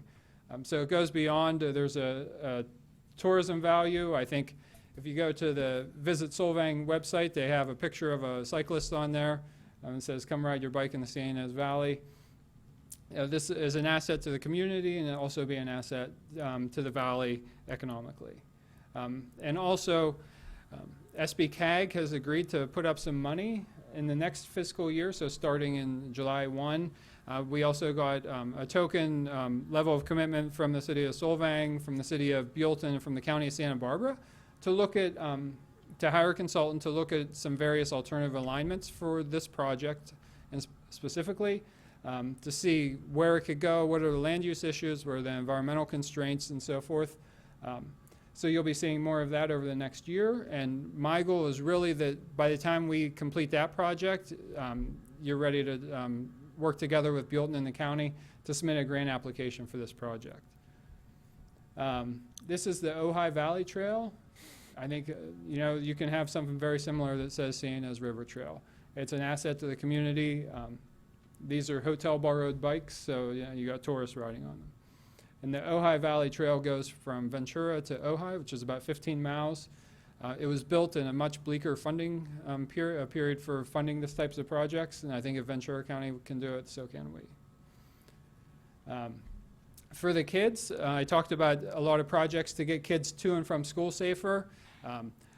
Parallel to this planning project, Supervisor Hartman's office has been working to try and get bicycle education into schools in the valley. And those two, coupled with the pump tracks, is a three-pronged approach to growing the next generation of bicyclists in the valley. This is the bike racks of an elementary school on the South Coast. We did a field trip around here, and I don't think we saw more than 3 bikes in any school's bike racks. I think we can change that. And I will say this project has been incredibly fun to work on. It's a lot of fun when people care, when people turn out. I'm getting emails all the time. We get 100 people to show up at public workshops. Since this project got started, the city of Solvang put bike lanes on Chalk Hill Road. I heard that there's movement towards replacing the gate, the bottom gate at Hans Christian Andersen Park with a 3/4 width gate to allow bikes to get through it. The city of Buellton has set aside money to build a pump track in Buellton, and the city of Buellton also starting to bank money towards the San Ynez River Trail. So it's a very exciting times. I think there's a lot of energy for bikes in the valley. I think we came up with a good planning product. We're happy to take your comments or questions. And as Matt said, we'll be back eventually. I have the challenge of getting this plan across 3 finish lines, so we'll see how that goes, but I'll be back eventually. Thank you. Are there any questions from the staff report from the council? I have comment. Comment? Yes. Okay. So I thank you very much for your presentation. It was a wonderful presentation. Thank you, Sabine, for your beautiful artwork. I'm hoping I got that, Sabine, correct? You got it. Anyway, I wanted to make sure that the public was, well aware that we did receive some communications, both very positive, supporting the bicycle master plan, and also not supporting the bicycle master plan. So in all transparency, I would like to read 2 communications, one which is very supportive and one which is not. One did not make it into the packet, but so I'd just like to read that off really quickly. This is from a local Solvang resident, and this one states, it was an email sent, and I believe, Mr. Becker, you probably received it. Wow, bike tourism is a waste of time. Bicyclists don't buy hardly a thing. Water maybe and gas for their car when they leave town. The roads were built for cars, paid for by money, taxes, fees, etc., for autos, trucks, etc., and not by bicyclists. Stop kowtowing to special interests. Their reckless disregard for laws of the road are infuriating, to say the least. There are more than enough bike lanes and too many irresponsible bicyclists. I want no more. You are not considered a business if you petition Caltrans to remove the parking on Highway 246. Bicyclists don't shop. That would be a disservice to those business owners, and you will end up with vacant storefronts. Use the monies to collect for their intended purposes, to fix the roads for cars, not bikes. Charge bicycle owners $500 a year. License for their bikes to pay for bike lanes. That's what I thought, not much interest for that idea. Instead, you steal the tax dollars for your pet projects instead. There's already more than enough bike lanes in this country. Stop this charade. Thank you, Mr. Henry, Solvang resident. So I needed to give you both sides of this. I also had another really quick email from another citizen that said, good morning, I know you're a big supporter of Bike Pass, et cetera, but you might want to read some of the comments by cab. California is an auto state, not reasonable to bike to work when you live 40 miles away, hence the creation of the freeway system. So I just wanted to touch on some of the negatives. But now I have a very, very important letter that I would like to read from the president of Trek Bicycle, Mr. John Burke. Dear Solvang Mayor Toussaint and Solvang City Council, my name is John Burke, and I'm the president of Trek Bicycle. I also own a home in Santa Barbara County and ride my bike quite a bit in the San Ynez Valley. I just want to let you know that I support the passing of the San Ynez Valley Bicycle Master Plan for the following reasons. 1, San Ynez Valley is one of the most beautiful places in the world to ride a bike. If investments are made in providing safe places for people to ride, the infrastructure will be used. 2, passing the master plan would be good business. If there were more safe places to ride, more people would visit the San Ynez Valley to ride their bikes. This would be good for the local business community. 3, passing the master plan would be good for the health of the community. In Europe, 25% of trips are taken by bicycle. In the United States, that number is 1.5%. The major difference is Europe has dedicated bike paths. Most communities in the United States do not. Healthcare costs in Europe are roughly 40% less than they are in the United States. Bike infrastructure would help to get people from all ages riding bikes in the valley. It should not be lost that trails for cycling are also heavily used for walkers and runners. Over the last 30 years, there have been over 30,000 bicycle projects completed in the United States. Cities that want to attract the best talent and become a great place to live are investing in cycling. Cities like Boulder, Portland, Davis, Madison, the list goes on and on. There are very few places in the country that have a climate and landscape like the San Ynez Valley. It is my opinion that making an investment in cycling for the future would be a good long-term investment. Please include this letter in the agenda at tonight's meeting regarding the San Ynez Valley Master Bicycle Plan. If I can be of any help, please let me know. Best regards, John Burke, President. So, thank you. Those are my comments. I had some questions, sorry. Can you tell us more about the costs associated with this Buellton bike thing? I think it's a great idea. We've been talking about this for decades. Surely we have an estimate, right? I think we'll learn a lot more over the next year. I don't believe the project is going to be funded without the state grant funds coming from the state. So over the course of the next year, we'll hopefully come to an agreement between the jurisdictions on an alignment of it. That should give us a rough estimate of the cost. I would, at this point, just guess it's going to be in the about $10 million range. But that's where the state has a program that's for these types of projects. There's been a lot of success with a program in the southern Santa Barbara County. I think they're up to probably $50 million in projects funded through the program that I think, this would be a good candidate for it. And I don't expect this council and the Board of Supervisors and Buellton Council to sign 3 checks to build it. It's too big of a project. I'm sorry, I'm a little confused. You're telling me that a strip of bicycle lane is $10 million between Buellton and here? If you're going along the river, a brand new path along the river, it may require purchasing some right-of-way. There's going to be environmental mitigation. Okay. I'm glad you expounded on that. That's really important. And we'll get more information on this in the coming months that you're telling us. Yeah, just to clarify, so SBCAG has agreed to do a conceptual alignment study for this North River Trail between Solvang and Buellton. So they'll be looking at a variety of different possible alignments, and with that, do some high-level conceptual cost estimates.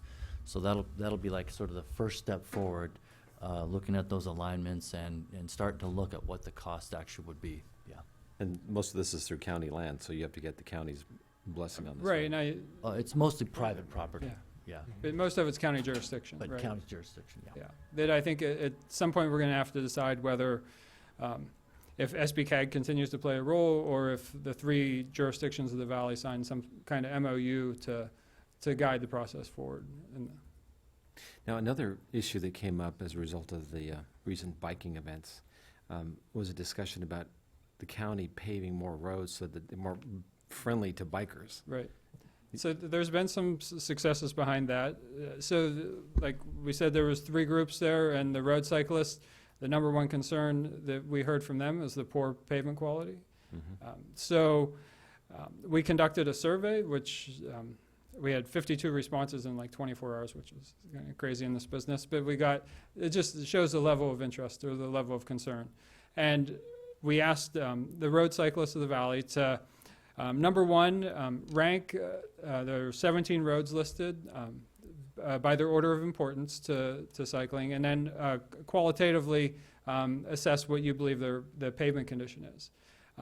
And then with that, we gave that to the county. We've had several meetings with the county already, that they're going to use that as a consideration in which roads they choose to repair every year.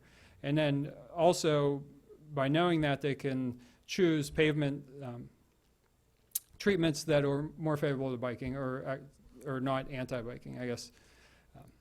Smoother pavements, the goal. And how difficult would it be conceptually to extend that river path all the way from Solvang to San Ynez? That's actually a good question. There was actually most of the Tier 1 projects were all various segments of going from western Buellton to Edison and San Ynez.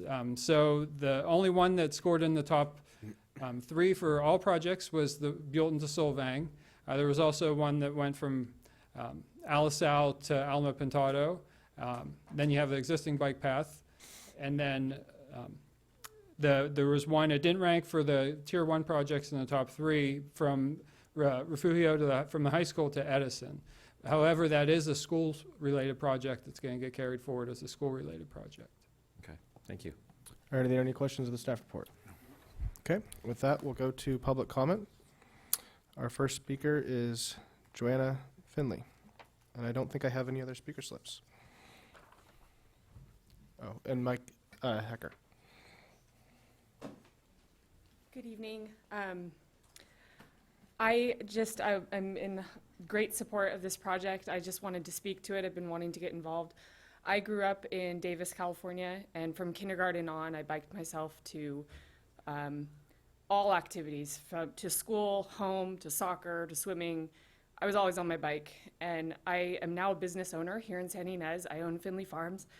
I think that although great, bring tourists for biking, that might be some people's agenda. I think more so and focused on our community and our children and not just kids. I mean, I would love to just jump on my bike and go to the grocery store real quick. And I do live on Refugio Road, which is, I don't let my kids bike on there until they're about 10 years old. I have 4 children.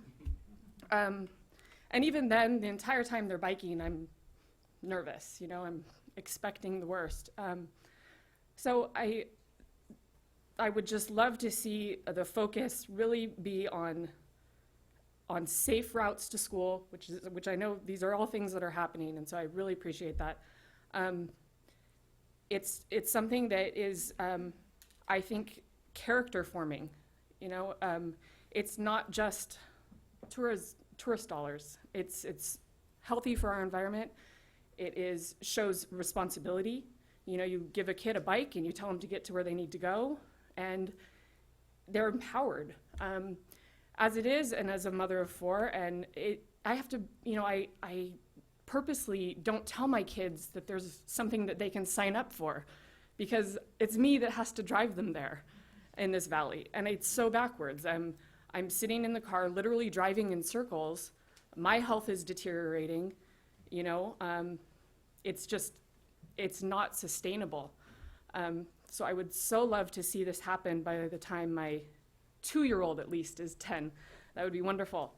And if anything comes up where there's maybe a question, I would just hope that the focus does remain on the community, because although we do want people to come and bike here, let's do it for ourselves. Let's do it for people who, it's just insane the amount of people that are trying to move in, and they're all with families. That's what I notice, at least in my business. There's new customers all the time, and their families, and they're moving in, and it would just be even a bigger draw, you know, I think. And so to address the negative comment that was made, I think that should just really be wiped from the slate. I don't think anybody needs to hear that negativity, because it doesn't, there's nothing to warrant that. So again, Davis, and I know people that are planning this, you guys have looked at it, but there was green belts, so not even hardly on the street. So I know that's hard because there's public property, private property, but I know my time is up, and I thank you, and good evening. Thank you very much. Mike Hecker.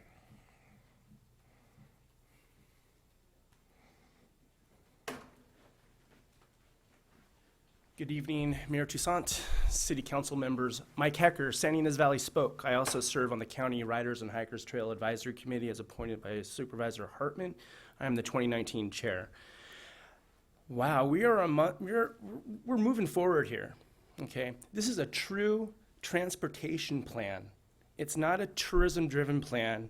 It's a plan that's designed to transform the San Ynez Valley into a sustainable and connected community, a community where it will generate healthy generations of San Ynez Valley residents, because it'll give them an opportunity to do something that past generations haven't had.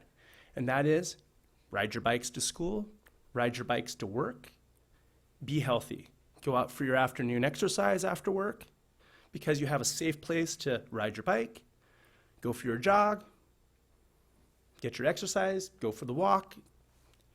It is going to change this valley in a way that should have started or should have continued 40 years ago, when that 1.2 mile Class 1 bike path from San Ynez High School was built along the 246, and then everything stopped. Nothing else was built. Nothing else was done until the late 90s, and the Dan Henry bike lane along Alamo Pintado was added. But then again, pause for 10 years. Nothing happens. Then the city of Buellton, we get some bike lanes on 246, just 2 years ago. Do the math, that's almost like 12, 15 years, no bicycle infrastructure built in the San Ynez Valley. Thanks to you guys and SBCAG and everyone that participated in this process of building this San Ynez Valley Bicycle Master Plan, we're going to make this place a great place to grow up in and a great place for people like me to grow old. Thank you. Have a great evening. All right, would anyone else like to speak on this item? See none, we'll take this back to the council for discussion and action. Who would like to start?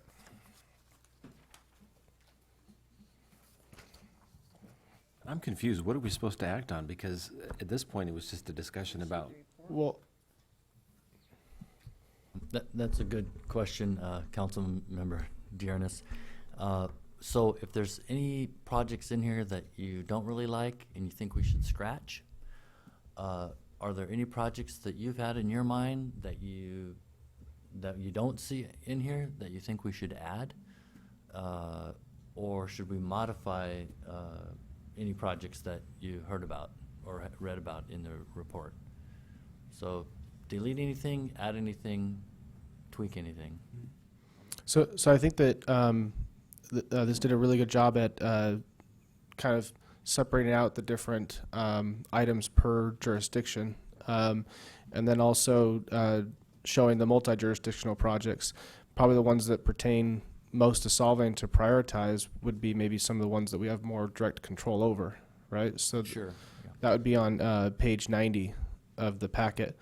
And that has a list in there starting with local projects that start off with the bigger items. We could probably put those up on the presentation board here.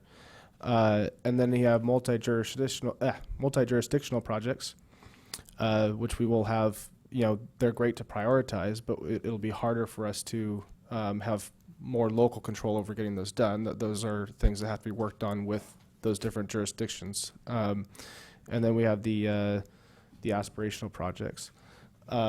So I mean, just an example, if if the council really wants to prioritize the first one here, the Sunnyfield Spur, then you probably want to keep that on the higher priority. I think that's the kind of input that we're looking here tonight. Maybe focus more on the local ones and then on the jurisdictional ones, right? Yes, that sounds good. Yeah. So with that, it's more just a feedback thing. The SPCAG will, take our feedback and consideration into their overall bicycle master plan. Does that summarize decently well? Perfect. Okay. Thank you, Mayor. With that, okay. Did any one of the studies bring up from Hans Christian Andersen Park down to the bike lanes in Buellton, where that dirt road is going down the hill to Yes. avoid that road? I don't remember seeing that. Yeah, so it's an aspirational project on your list. Connect existing, or add signage, new gate through Hans Christian Andersen Park. Okay, So thank that you. was. I did see it, you're right. Okay. That would be one of my priorities, to at least connect 246, and I think, my opinion is, I think the path, it'd be great for the county to get on board, and the path from Buellton to Solvang would be wonderful. Even if we could extend it further to San Ynez, would be, I think, a priority I would feel. That's my opinion. Thank you for your studies. Oh, thank you. So with that, could you just show which items you're suggesting that we The prioritize? Buellton to Solvang. Okay, for a multi-jurisdictional project. Now, what about now? If we just started with local projects, that might be a little bit more organized to move from one item to the next. Yeah, for the locals, really, there was only two larger projects. The one was the Sunnyfield Spur, which is essentially, until you can get a grant, that's gone as far as it can until you can get it funded. And the second one is the bicycle pump tracks in the park, providing a place for kids to ride bikes. So that's something that it's not big enough that you'd seek grant funding. I think the city of Buellton just allocated $50,000 to advance one in Riverview Park in Buellton. So if it's a priority of the council or something, and if it's within your own budget, then you can move to fund that. But I think it's the problem with that size of project is it's too small to go after grant funds, and hopefully not too big to be able to fund it locally. And it all comes down to money. So with the Sunnyfield Spur, we went through that last year, and my understanding was in the grant funding process, we're off by like 3 points or something like that. So what are the odds of that change in the future? Is this something that we keep applying to, resubmitting every year, and hopefully one day our project comes out on top? Or Yeah, so if you'll recall, the cost, I think, to submit the application was less than $20,000, which is, for when you're asking for several $1 million, that's a pretty modest fee. So the consultant that prepared that had been working on other projects with this, that was Alta Planning and Design. So we were thinking to, if the city council wants to pursue that, to reapply the next cycle of the active transportation program, and basically update the grant application, look where we can try to score a few more points. I think we're probably not going to score much higher than what we did, but each cycle there's different projects and different number of projects and different amount of funding. So Caltrans and the California Transportation Commission go down the list. They score all the applications, and then they go down the list until they run out of money. So it just depends on how many score better than you and how much money they have. And I would say that it's worth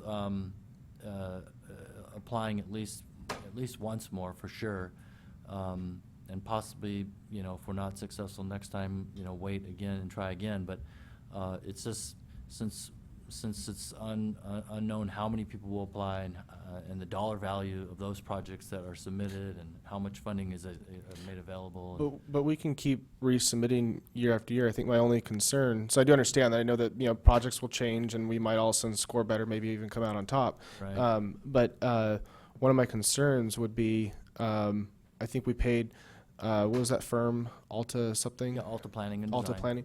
Planning. Yeah. To do that submission. So now that we've already done all that groundwork, I mean, can you basically at the staff level just tailor that each year and resubmit, or do we have to spend $20,000 every year paying to a consultant like Alta to basically resubmit the same thing? Yeah, sure. For them to resubmit it, the cost would be much less, but it is very time consuming. So staff could do that. In fact, staff prepared the grant applications for prior ATP projects. But it is very time consuming, and since they have done it once, the cost to just basically update it and resubmit should be pretty minimal. So, like 1,000 or 15,000? I would say 5,000 to 7,000 in that range. Got it. Yeah. And then the second project here, the bicycle pump tracks.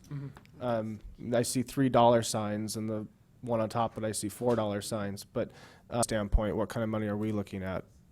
So that would be a good question. Whether I think there are some challenges with the park being largely on a hill. We could go over and look, and maybe Matt and I can do it and report back, what a good site might be and how much earth you're looking at moving to make that work. But I certainly would think that it's not more than $100,000. Oh, all right. I'd like to add to the mayor's comment. I mean, these dollar signs don't tell me the cost of these projects. I like them all, but that doesn't mean we have the resources to do it, right? Right. And the question is, how do we prioritize in terms of money? Is there a way you can actually put some figures to this, a range of costs? I guess we could do a range, or just assign a range to the, okay. I appreciate if you do that. Yeah, I would comment that most of the projects, and Michael kind of alluded to this in his presentation, but most of the projects that have the single dollar sign, those are fairly low-cost projects that can be incorporated into our pavement maintenance and roadway maintenance projects. And it mostly involves signing and stripage. So most of those, we would plan, with city council direction, we would plan to just try to implement one or two each year, do the striping and signage to implement those. So those are low cost, but. So are we supposed to go down this list one at a time? Well, that doesn't make sense. Maybe the way to look at it is just, it's hard for us to get some of these projects done, like the Sunny Fields. I mean, that's,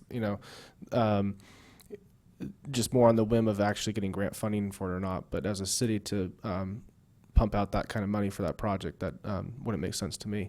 But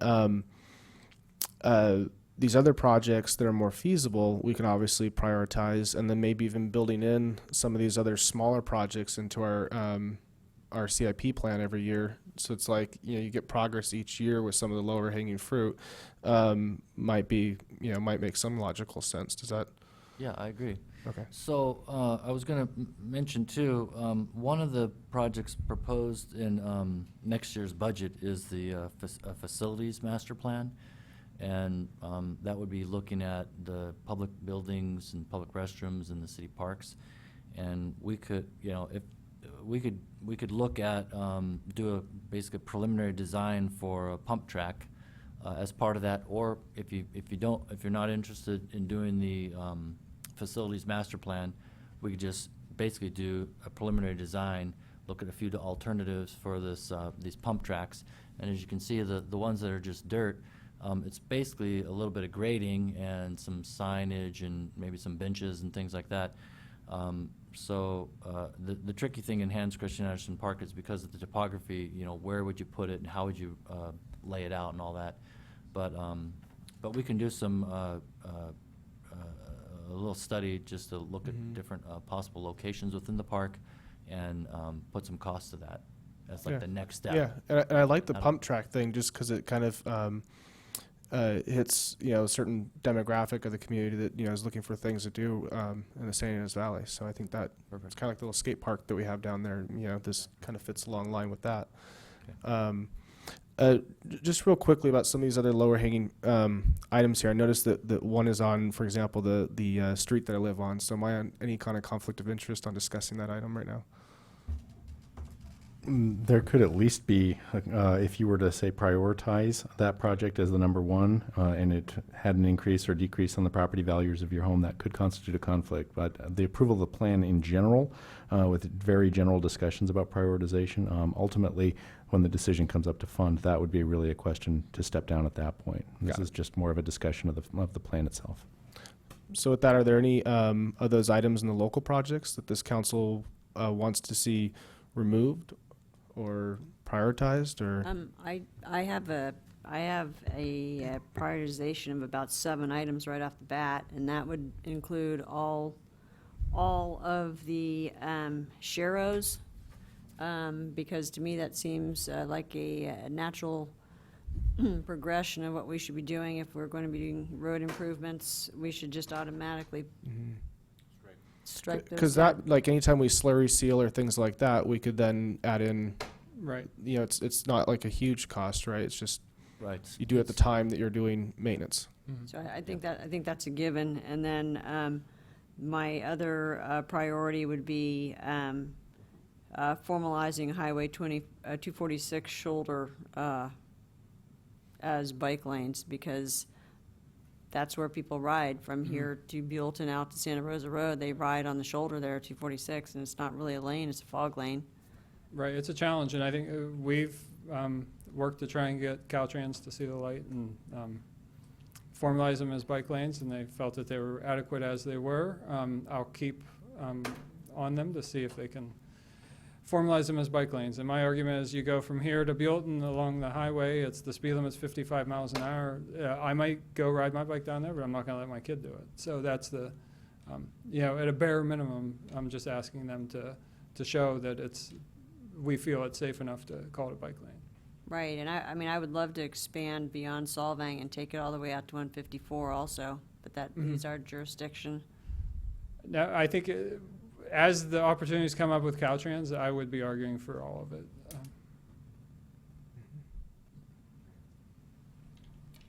Yeah, so those 7 low-cost projects, the cost to implement each one is in the range of between 20 and maybe 40,000. Depends on the length of the street and whatever, but. Now, for example, like the St. Anne's River Trail, that one we would need to do another kind of like grant submission and hire a firm like Alta again and go Correct. through that whole process, right? Right. Okay. So like I said, on that San Ynez River Trail, the next step is this this coming fiscal year to do that alignment study and preliminary cost estimates. Along with that, staff is planning in next fiscal year's pavement maintenance project to add bike lanes on Fjord Drive. And so what we're trying to do is position the project for the maximum possibility of funding. So if you have little links already there, and now you're just trying to connect the links or fill in the gap, you know. But yeah, so then after that, the next step would be to request the grant funding. And with this ATP grant program, the Caltrans and the CTC, California Transportation Commission, they understand that these are really costly projects, and the grant funding covers like 95% of the cost. So it's like you can ask for nearly all the costs, and the grant covers that, so if you're successful. And what do you think the odds of, like, for example, at the Spur, we scored, you know, off by a few points. Where do you think, you know, this might? The river trail, I think, is a much stronger project. You're basically connecting 2 cities, and it's I think it's got a lot of aspects or attributes that would score well. And that would be a mixture of Buellton, the county, and Solvang. And then we have some private. Yeah, and you, with all those multiple jurisdictions participating and benefiting from the project, that will help the project score well also. They want to see projects that benefit multiple agencies. And if a private property owner didn't want any part of it, how would that be handled? Well, what I would suggest is, you know, after we do this preliminary alignment study, probably the next thing to do would be to start talking to some of the property owners and see if they'd be willing to grant easements.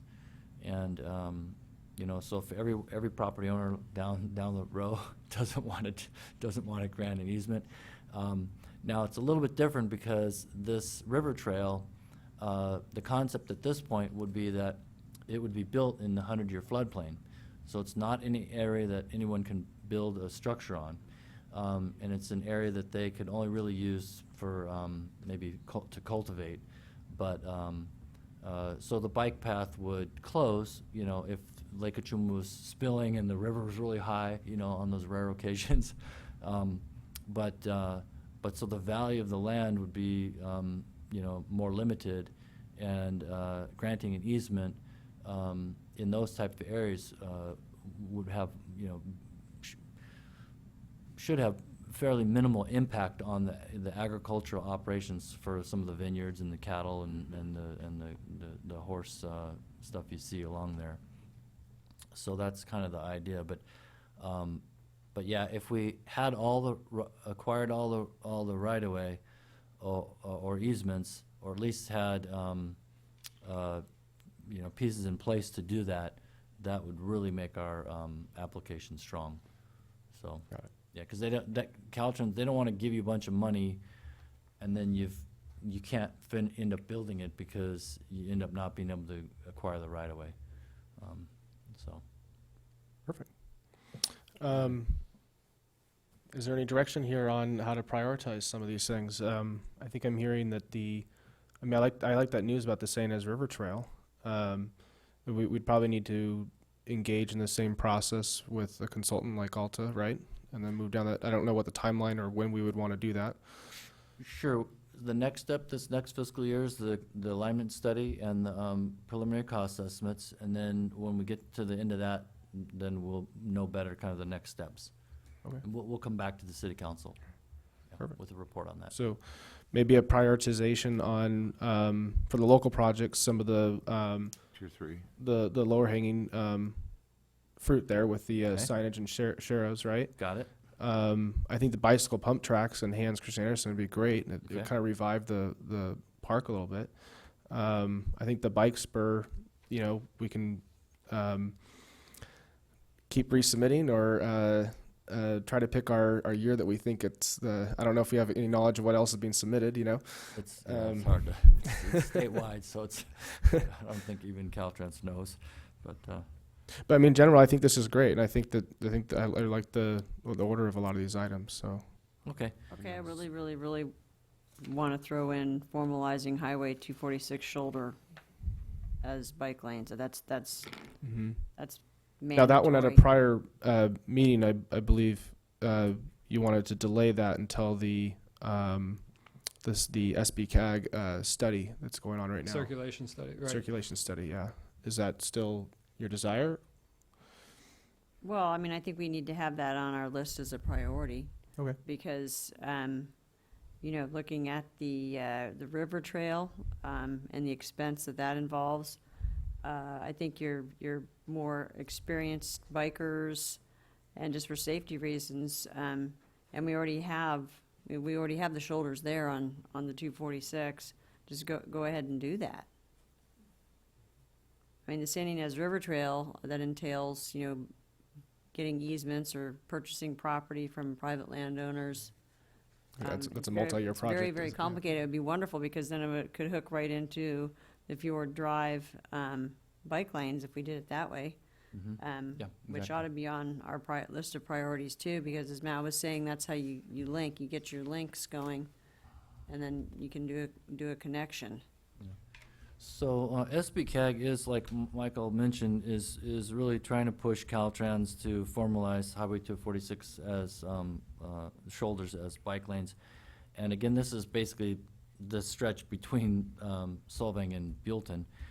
And since it's outside of Solvang's jurisdiction, we could write a letter just supporting that. Caltrans is in the process of soliciting public comments on a regional bicycle and pedestrian planning. So we could write a letter and to that effect, and try to apply pressure whenever we think we have a little leverage on something. But because it's outside of our jurisdiction, there's not too much we can do. But if you'd like, staff can put together a letter to send. Yeah. I would, yes. Okay. I don't even know if we really need a motion tonight. It's more just giving direction on, and feedback on some Right, of these right. items here. So just to repeat back, what I'm hearing is we've got the 7 low-cost projects. You want us to push forward with those on a regular basis, incorporate those with our pavement maintenance projects as much as possible. And then we'll come back with a proposal for a little preliminary study about the Hans Christian Andersen Park bicycle pump tracks, to look at the costs and possible locations there. Yeah. Can I add? And maybe we can try and re-up the, get our points closer on the spur? Is this something we can try and do again? Right, so the spur. if that's what you'd like, we can plan to resubmit that the next Yeah, round. I think member of the audience wanted to just make one comment on the bike spur item, so I'll allow that. Thank you. I do believe the 3 points we lost was the lack of connectivity with the Sunnyfield Spur. Had it actually connected to a neighborhood where kids could get out of their house on their bike and ride to the high school, it would have scored high enough to get the money. So you may want to look at, unfortunately, there are some citizens in Solvang and Creekside that don't quite understand the connectivity or sustainability idea. So that has to be an education. It has to, we have to figure out how to reach out to these people that don't unfortunately get it, that we're trying to improve our community and make it more sustainable and healthier. Once we connect it to Creekside, I'm pretty darn sure that we'll get those points. Okay. Thanks. Is that true, Mr. Becker?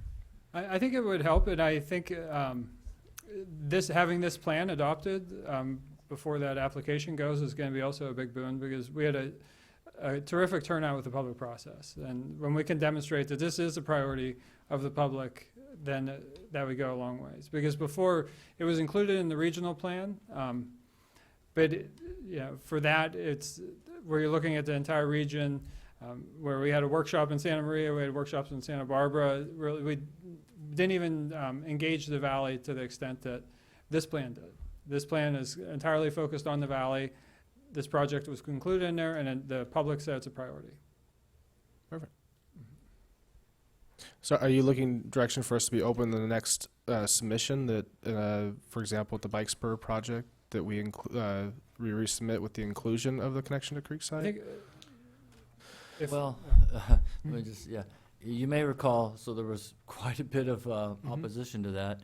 And, of course, it was the previous city council who made the decision. But the decision was made to eliminate that branch off the spur trail that would connect into the Creekside.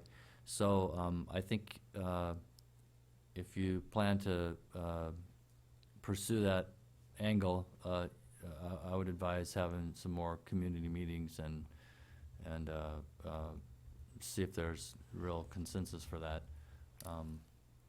Otherwise, we can just basically resubmit it as previously, done with the alignment that you see that doesn't have that connection to the neighborhood. But I think you're. It's my personal opinion that the connection affords that neighborhood the opportunity to use the bike trail, but just because it's connected to the bike trail doesn't mean that you're going to have a racetrack running through your neighborhood. Yeah. Just as Creekside connects to El Matado connects to 246, there isn't a freeway running through the neighborhood. Right. You know? Right. Yeah. Yeah. So I don't disagree with you. Just. I'm sorry, Matt, are you asking us to address that again? The connection to the Creekside neighborhood? Well, it doesn't have to be now, but if we resubmit, I think we need to have that agree. conversation. Yeah, I think we should do that. Yeah. I don't think we should do it right now. I think we should take care of our other projects first. But when we resubmit, then we can bring that up for discussion. Yeah, that's a good plan. Let's focus on these other ones and the pump tracks, and then maybe not the next cycle, but the cycle after that, because there's there's going to have multiple years of this funding program. So Perfect. Okay. Is there any more feedback? okay. Thank you, Michael. All right, with that, Thank thank you. you very much. Thank you. All right, so that concludes, that was item number 4. We now have item number, I will get there, we have item number 5, discussion of sewer impact fee, but we will take a bathroom break before moving on.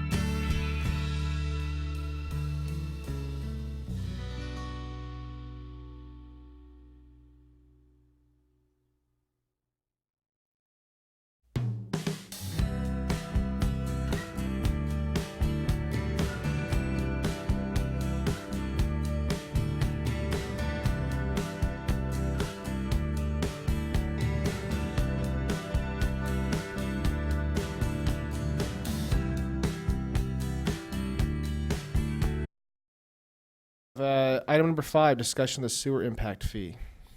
Lisa, can we get a staff report? Actually, it's given by Matt Vanderlyn.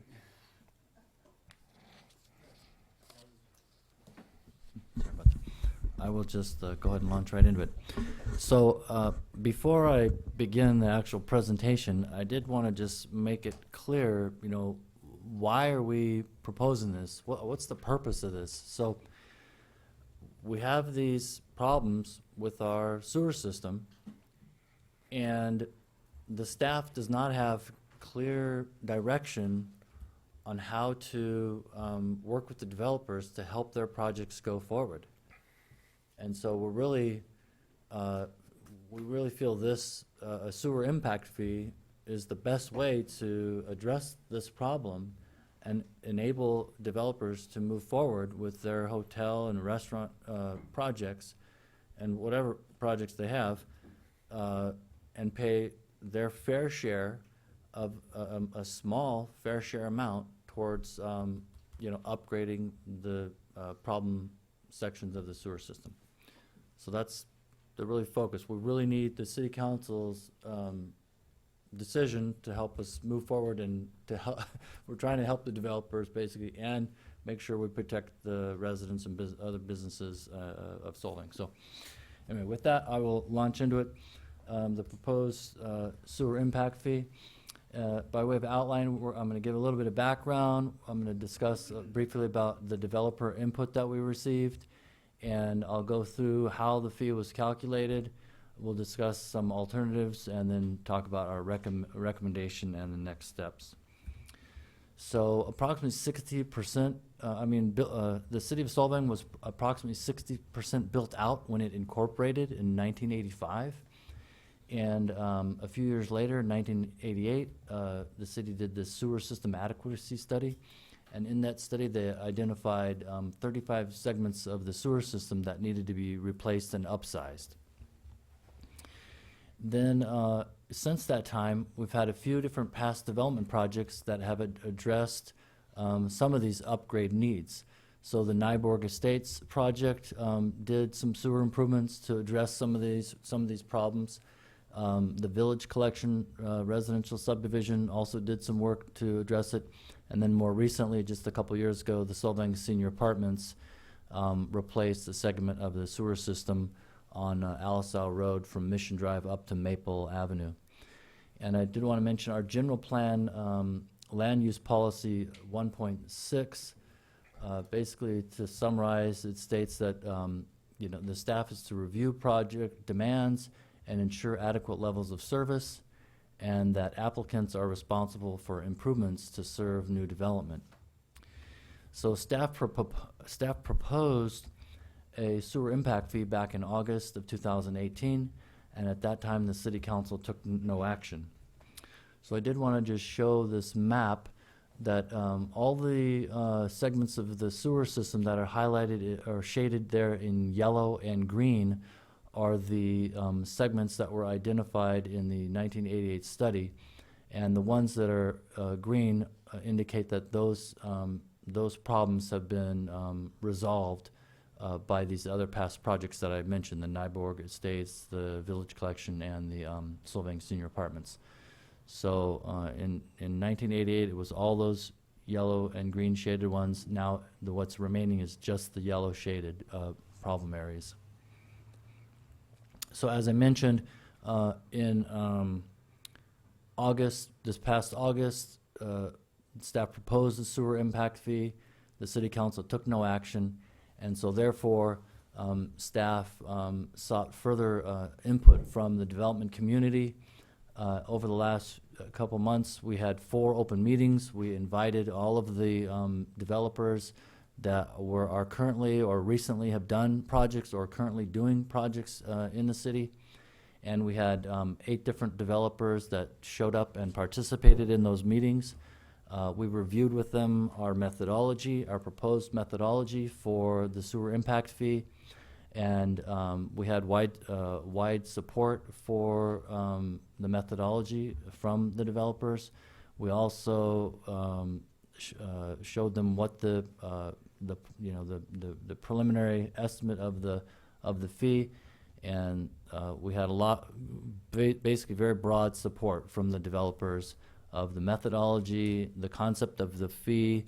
As stated in the staff report, prior to this, with the absence of a sewer impact fee, staff was requiring developers to address downstream off-site segments of the sewer system and upgrade one or two of those yellow deficient or problem area segments of the sewer system.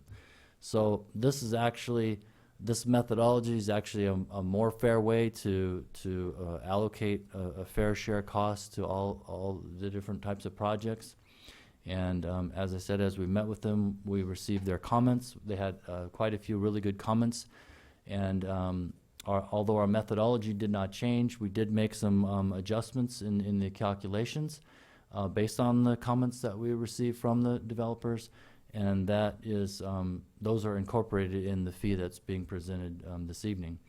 So several of the comments that we received is that they like this approach. And it was a couple people commented that they viewed this as removing hurdles for development. So I'm sorry, this is really small print on the screen. It's in your staff report. This is basically the spreadsheet where we looked at all the different problems sections of the sewer system as identified in the 1988 study. The rows in yellow are the remaining problems. The ones in green have been addressed, and we so anyway, this is the calculation sheet, but I was just, this next slides sort of summarize how we did the calculation. So the first thing we did was look at the cost to address all those problem sewer lines, and that was approximately $2.8 million. We designated a single-family residence as contributing one equivalent dwelling unit of sewage flow.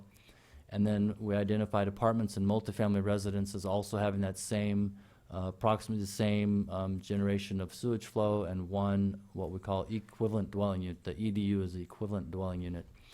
And then we estimated the future land use. We looked at future residential dwelling units. We took into consideration accessory dwelling units, the ADUs, as well in that. We looked at hotel rooms, office and retail commercial use, and then restaurants. Hotel rooms were identified as having less sewage flow than a single-family residence, so they were assigned 0.7 EDU, so it's quite a bit less than a single-family residence. And we forecast 90 hotel rooms based on different potential projects, and that totals 63 equivalent dwelling units. The first row there on the table, the residential dwelling units, we estimated 262 units, so 262 equivalent dwelling units. Office retail space, approximately 15,420 square feet. We estimated 2,000 square feet of commercial office retail space is equivalent to one equivalent dwelling unit. So the 15,420 divided by 2,000 gives you 8. Just rounded to whole numbers gives you 8 equivalent dwelling units. And then restaurants, what we did is we looked at typical restaurants, in a couple typical restaurants in Solvang. We looked at the water usage for those restaurants and the square footage of those restaurants and performed a calculation. And so the estimated value for restaurants is every 500 square feet is equivalent to one equivalent dwelling unit. And we forecast approximately 7,000 square feet of future restaurant space, which totals 14 EDU, and so it totals up to 347 EDU. Then what we identified was a population density of 2.3 persons per dwelling unit, and if you take the 347 equivalent dwelling units times 2.3 persons per dwelling unit, that's the forecasted future population increase of 798. And the Solvang 2008 population was, this is from the Department of Finance information, was 5,771. So the 798 future population is approximately 14% of the existing population. And then we took 14% of the 2.8 million. That gives the share of the cost that the future development should cover, which is basically just under 400,000. And we divided that by those 347 equivalent, that number by the 347 equivalent dwelling units to arrive at the $1,123 sewer impact fee per equivalent dwelling unit. So, as alternatives, the city councils could direct staff, hey, we don't want to do any fee at all. Just use the existing sewer rates and incorporate the necessary upgrades into the city's 10-year capital improvement plan. And therefore, all existing residential and commercial customers would have to pay for that through their sewer rates. However, right now, we do have the wastewater fund is running a structural deficit. And what we mean by that is that every year for the last several years, the expenditures have exceeded the revenues. So what's been happening is basically at the last time we did a water and sewer rate study and did a 5-year water rate increase, that was in November, it became in effect November of 2011. And so fast forward that 4 more years after that, you got to November 2015. We were right in the midst of the drought. Let me back up. The rate increase that was approved for the sewer was the consumer price index based on the U.S. cities average. So you know California costs go up more and are steeper than the U.S. cities average. So the sewer rate was being adjusted every year for 5 years based on that CPI, but the costs were exceeding what that little incremental increase was covering. So basically every year, our reserve for about 7 years now, our reserve has been dropping between 300,000 and 500,000 a year for like 7 years in a row. So when the water and sewer rate study was done, the sewer reserves were really strong. Now the sewer reserves are around 3.5 million. So they've dwindled down from about 6.5 down to about 3.5 now. So, and that's going to continue until we implement another rate increase for the sewer. So if you try to use that money to fund all the improvements, we won't have enough money basically to do it, and to have at least a little bit of money in reserve. You don't want to drain it to zero. So, and it's dropping each year. So, and that doesn't take into consideration the proposed our proposed wastewater treatment plant upgrade project. So it's an alternative, but not necessarily desirable.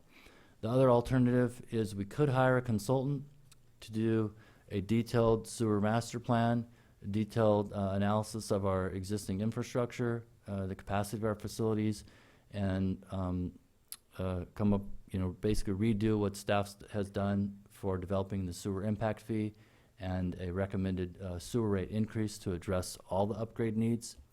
However, that will take actually a couple years because it's going to take about a year to go through the water and sewer rate study, and it's going to take another year to do the sewer master plan.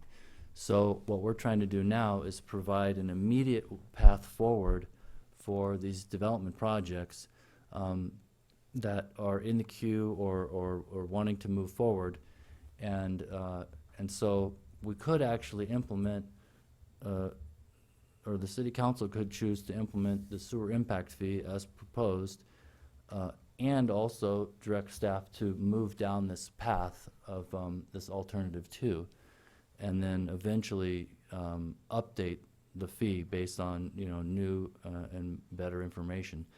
But staff feels that moving forward with the sewer impact fee now provides a path forward for these projects.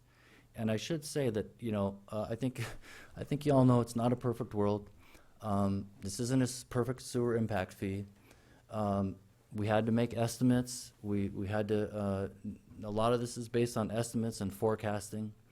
We don't know exactly how things are going to develop and how quickly and so forth.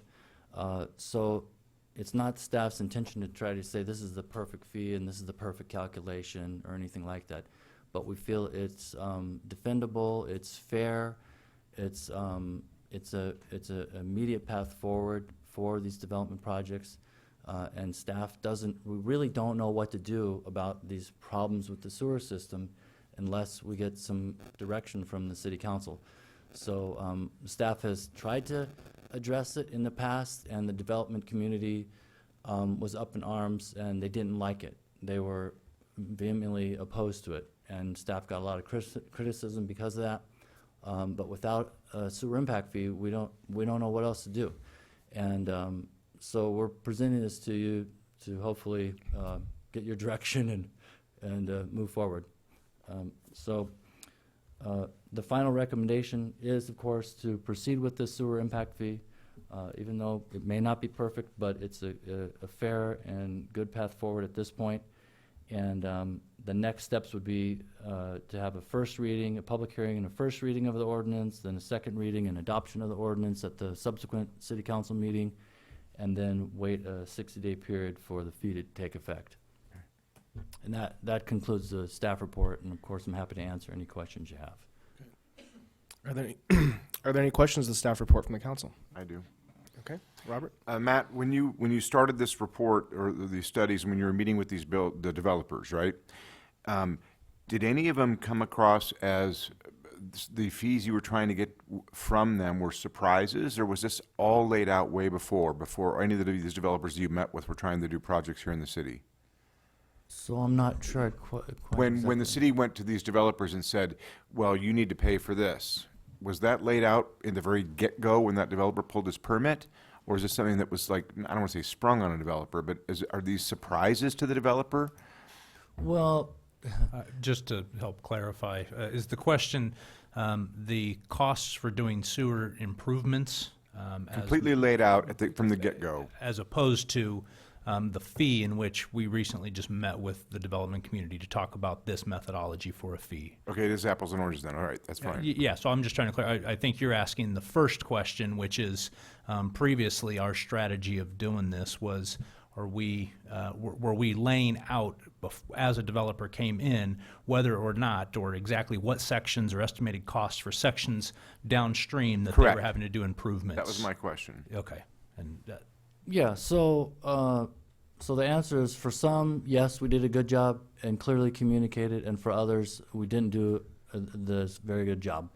However, I did want to clarify that a lot of times people come in and they want answers for every little thing. They're trying to cost out their projects and everything, and we don't have a complete application, and I know that's probably a point of contention, but staff's trying to meet with them, trying to be helpful, trying to, the very first meeting on this project, we got calls, hey, we need to have this meeting right away, we need to find out all these numbers and everything, and they wanted to have a meeting I think it was like the next day or the day after, and staff did our best to communicate, everything that came to our top of our head just right off the fly, basically, and that's not the way we normally operate. We normally try to give them as much information as we can, but then when we have a complete application, we go through it and develop detailed conditions of approval.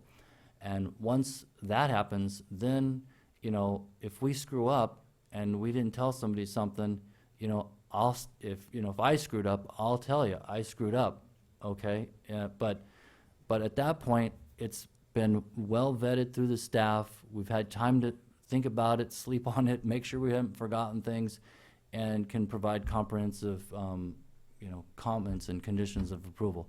So a lot of times people are wanting information and answers that from us when we're really not well prepared to respond. So, but I will say that that I and staff on a couple projects did not think of everything in a timely manner, but again, it was before the applications were even complete and we went through the conditions of approval process. And in fact, a lot of the projects, as they go through the process and have a complete application, have to go through environmental review, and that may also reveal or expose other problems that need to be addressed. So, such as traffic issues. So typically, on these bigger projects, they have to do a traffic study that goes with the environmental document, and that'll identify what impacts to traffic, the project will have, and if there's traffic signals needed or anything like that. So the staff can't even tell them that without a consultant doing a full study and evaluating all the numbers and everything. So. And I just wanted to add on a little bit to what Matt was saying about the impact fees not being perfect. The law doesn't require perfection. What the law requires of impact fees is rough proportionality. In other words, the fees are roughly proportional to the impact the new development is causing on the existing infrastructure and the infrastructure that is needed to meet the general plan. So there's never going to be perfection. What the impact fee suggestion or proposal before you does is it provides some certainty for a developer who wants to come into town and say, okay, I want to build a hotel. I want to have 72 units in my hotel. I can look and see exactly what my sewer impact fee is going to be, rather than doing it kind of on an ad hoc basis as the projects come in. So it helps them pencil it out. And if you look at other cities, including Solvang, the fees are posted on the website, and therefore developers can come in and have a good idea, although not a perfect idea, of what their impact is going to be. The final numbers are always worked out as the project is finalized, because, as Matt said, there are environmental things that come in where after you've done the environmental review, or you look at the zoning issues, maybe the proposal that the developer wanted to do cannot be done because of whatever site constraints there might be, or environmental. They find red-legged frogs on the property, something like that. So this provides developers more certainty than doing it kind of on an ad hoc basis as the projects come in. Thank you, Dave. Can we back up to your calculation? Wait, go back forward. I'm sorry, go back one more. You're right. So how do we take into account the impact of tourists in your calculation?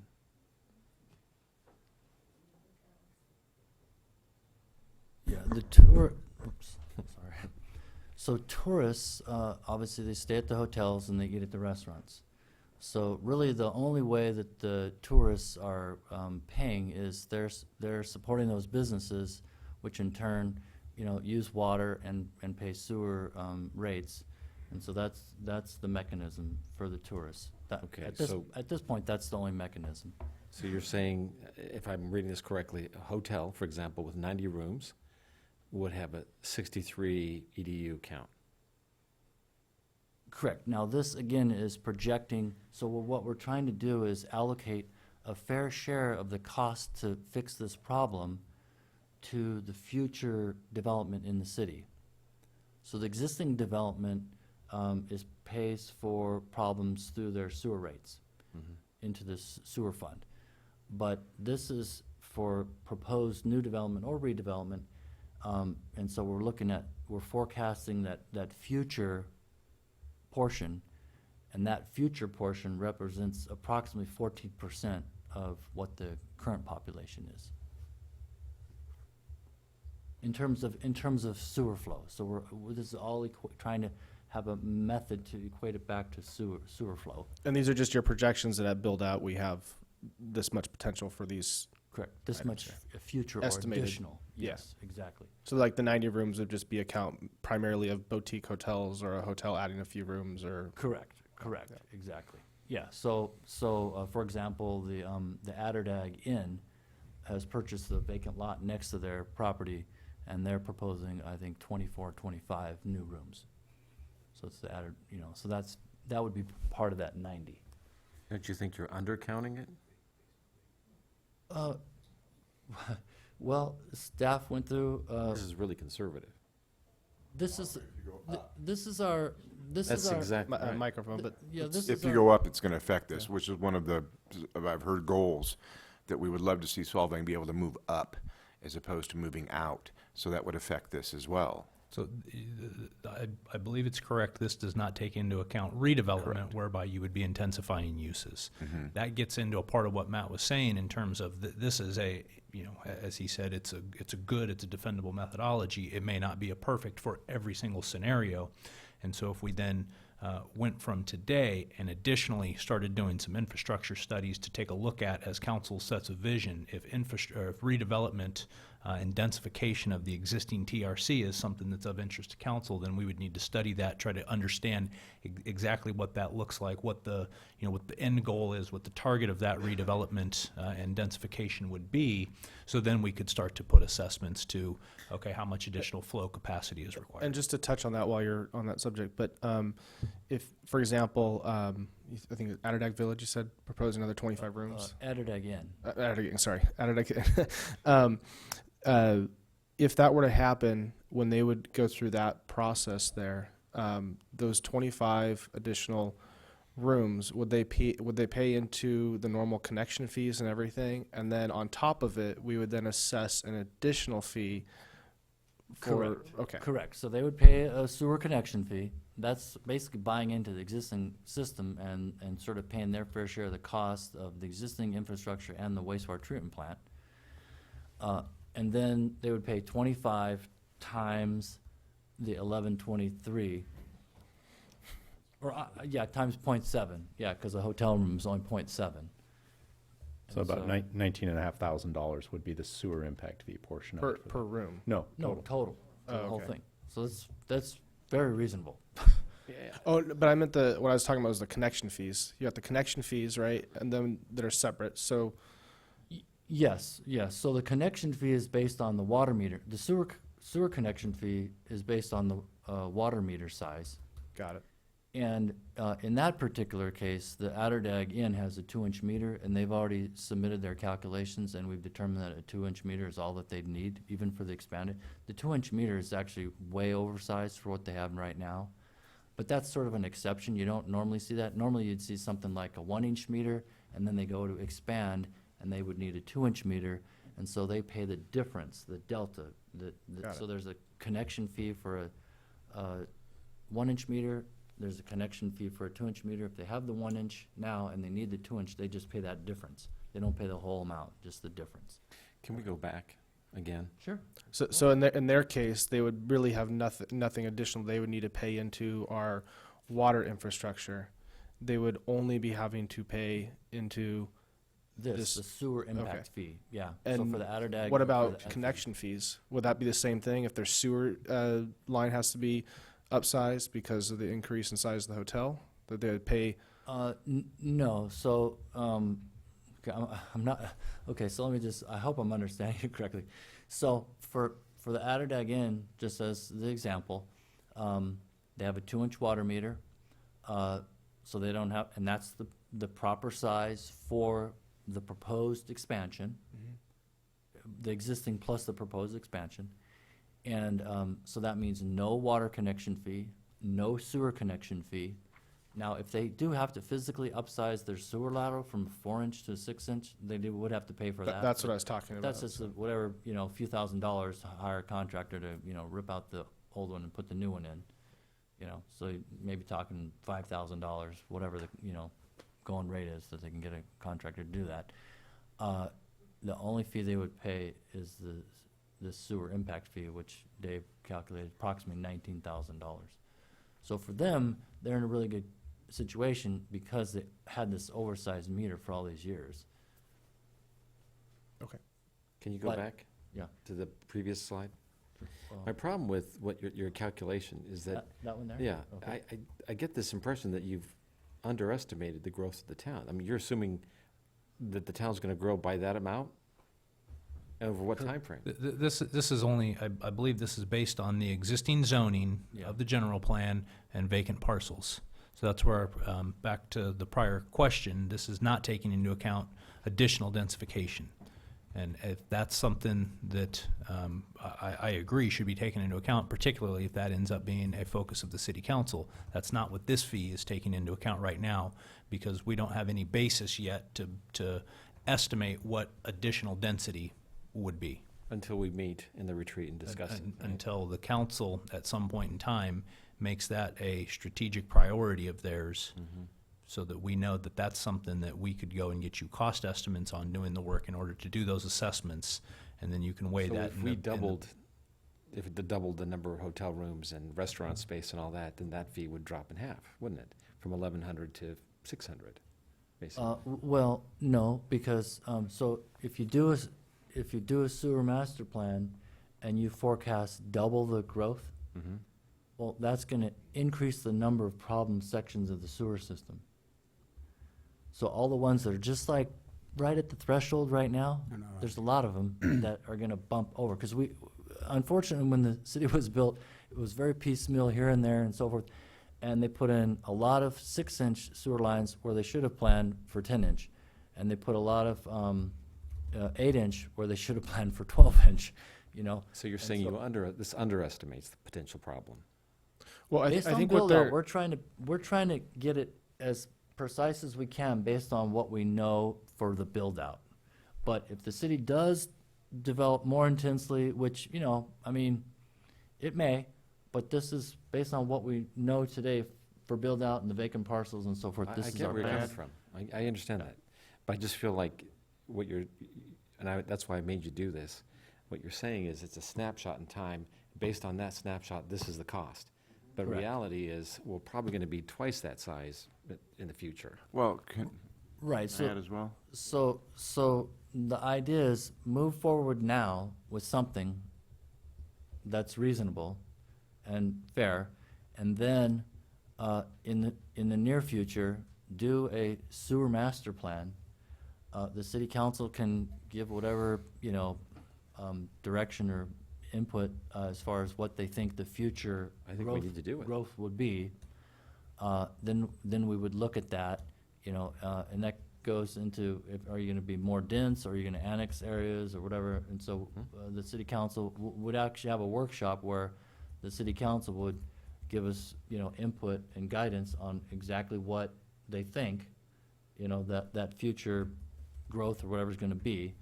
And then based on that, we would, run the hydraulic model we'd have to create, the sewer master plan would create a hydraulic model of the, computer model of the sewer system. We'd run all the existing flows plus that future development and see where the flow is in all the sewer segments and which ones are, deficient or undersized and in need of replacement. And that would come up with a whole new cost, upgrade cost. Right now, it's 2.8 million, but, it's likely to be, you know, quite a bit more than that.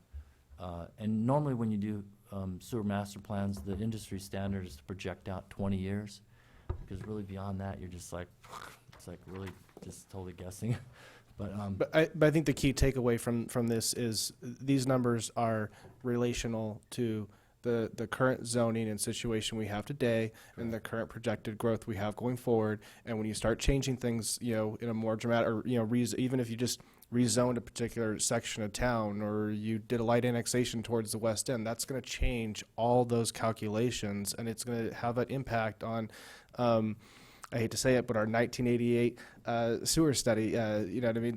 Those things will change the impact that it has on those lines, and whatever development goes in there, we'll have to determine what kind of infrastructure falls in place with it. But it's not our job right now to go that far into figuring that out. But I think it's just for a level of understanding, just knowing, you know, that this is relational to the current situation. So. that's exactly I also wanted to point out, this may address Councilmember Janus's concern that once the ordinance is in place authorizing the impact fee, you can change it by resolution.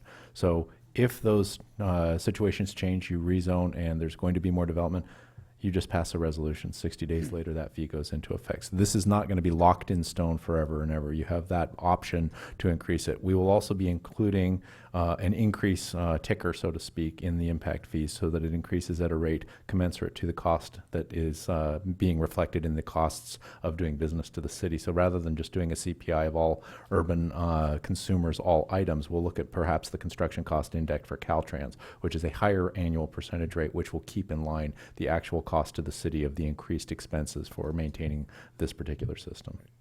And then just another question.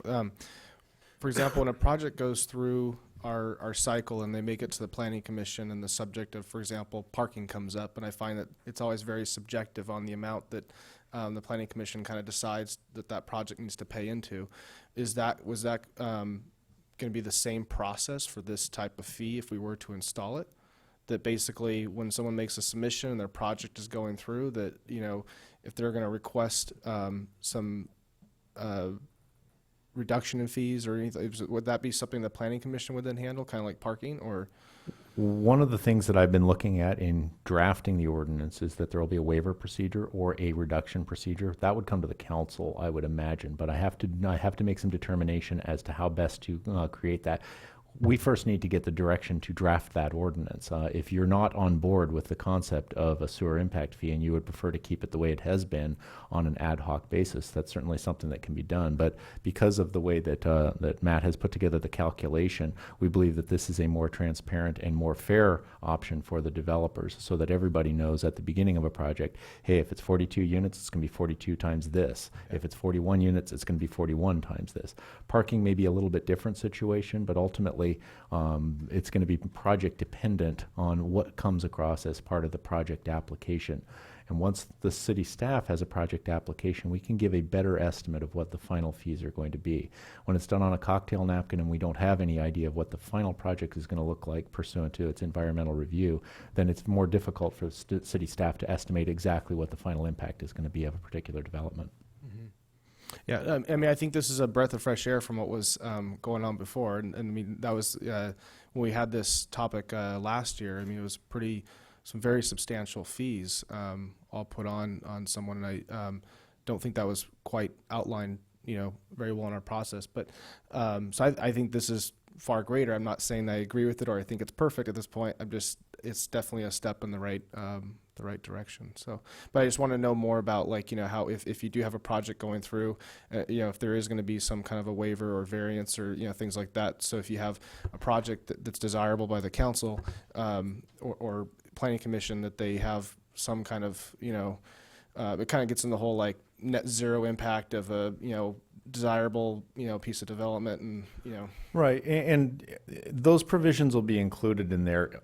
I can't give you 100% certainty that there will be a project that comes through that qualifies for that. Obviously, we want to try to retain the discretion for the council to carry out its policies while being mindful of the existing ratepayers and the infrastructure costs that are going to be natural regardless of whether or not a particular development project comes in. So we have to kind of balance those two, that when new development comes in, it should pay its fair share. And if council exercises its discretion to alleviate new development from the impact fees that have been proposed, that will fall to the existing ratepayers to take care of the additional impacts of the new development. And so that's why the development impact fees are kind of structured the way they are. Okay. My other question is this: this proposed new fee here, does it have to be Prop 218 compliant? It's a development impact fee, so there's a separate process for adopting it than the Prop 218 fee. It's an impact of development. So a Prop 218 fee is an incident of property ownership. The way you avoid a Prop 218 fee is you don't develop. So with development fees, they're not subject to that process. Okay. So this process here would not be subject to Prop 218. Correct. What we will be doing is we'll be introducing an ordinance, have a second reading of the ordinance, and then you will adopt a resolution to set the fee under the ordinance. And that resolution can be changed in the future without having to revise the ordinance itself. Are there any other questions of the staff report? My only question is, you said you were using an old CPI that encompassed something much larger than our area, and that we should be using a different CPI. Are we using a different CPI to increase those costs, or? So the CPI that was used to adjust the sewer rate with the last, that was per the direction of the city council at that time. Has it changed? So right now, our water and sewer rates have not increased for about 2.5 years. Okay. So under Prop 218, you're allowed to implement a 5-year, maximum of 5-year rate increase. Okay. And so in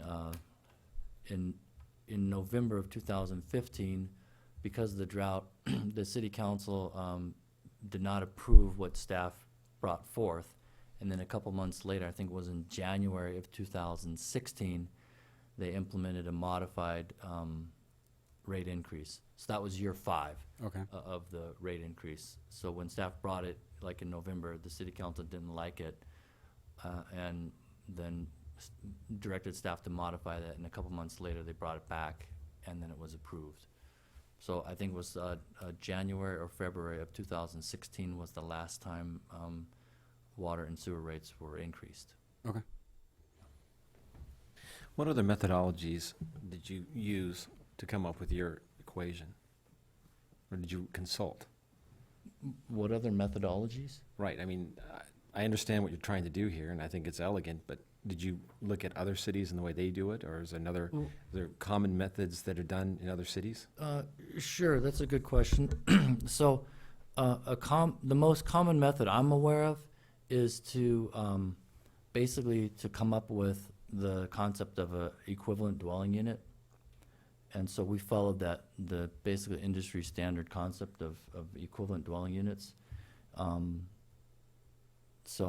But I did not, the staff did not research multiple different ways. This is the most common way we're aware of, and so we just proceeded with that. And we were using some consulting assistance by an outside consultant who does rating structures and this type of methodologies more broadly for jurisdictions, and they did check this methodology as well as being industry standard. Okay. Are there any more questions of the staff report? With that, we'll move on to public comment. Gay and Fonte.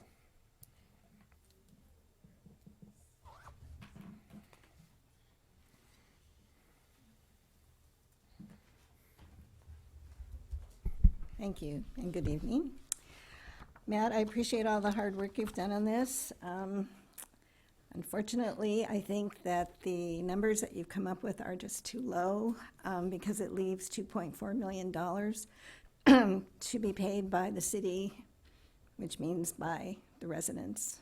So I think there's got to be another way to calculate this, and if the, excuse me, if all the sewer lines don't need to be replaced with our existing population, then I don't see why the residents have to pay such a large percentage of the total estimated cost to upgrade them all for new developments.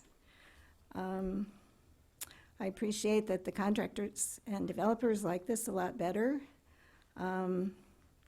but I don't think the residents are going to, frankly. And you know, it just really kind of worries me that so many of you are on the side of the developers as opposed to the side of the citizens of Solvang. And it worries me that perhaps you're thinking more of your campaign contributors than you are of the residents that you're supposed to be representing. And there is public record about that I was going to go through tonight, but I'm not going to have time to do it now. And I have to say, I'm really, really alarmed about hearing about all this densification of Solvang. I think it's crazy. There's no way we're going to have water to support that much growth in Solvang. Even if we expand our borders, even if we annex all the lands on both sides, the water isn't going to come with it. And by the way, if you're going to add that many more dwellings and hotels, et cetera, and high-rises, then you better build a larger wastewater treatment plant than you're currently contemplating. So please think about this, and if there's a way to modify this sewer impact fee a little bit that recognizes the difference between just replacing what we currently have and expanding the capacity and building a bigger and greater sewer system, then I think the new developers should pay for that incremental difference at very least. So thank you. Mark and Fonte. Thank you. Mitch Williams.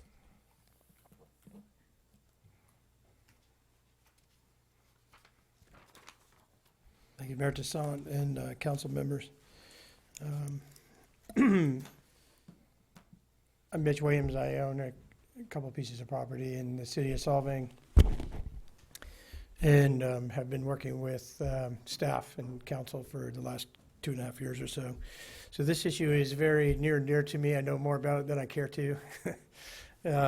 But it's kind of been the linchpin in our project for that amount of time.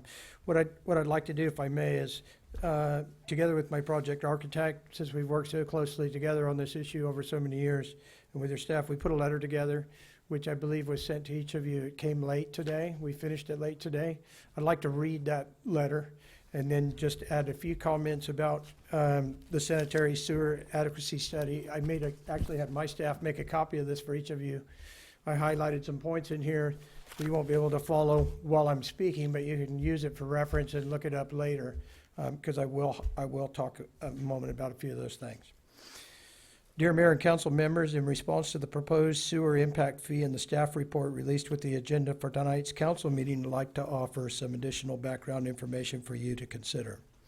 First, it is important for you to understand the city has multiple studies and documents evaluating the sewer system.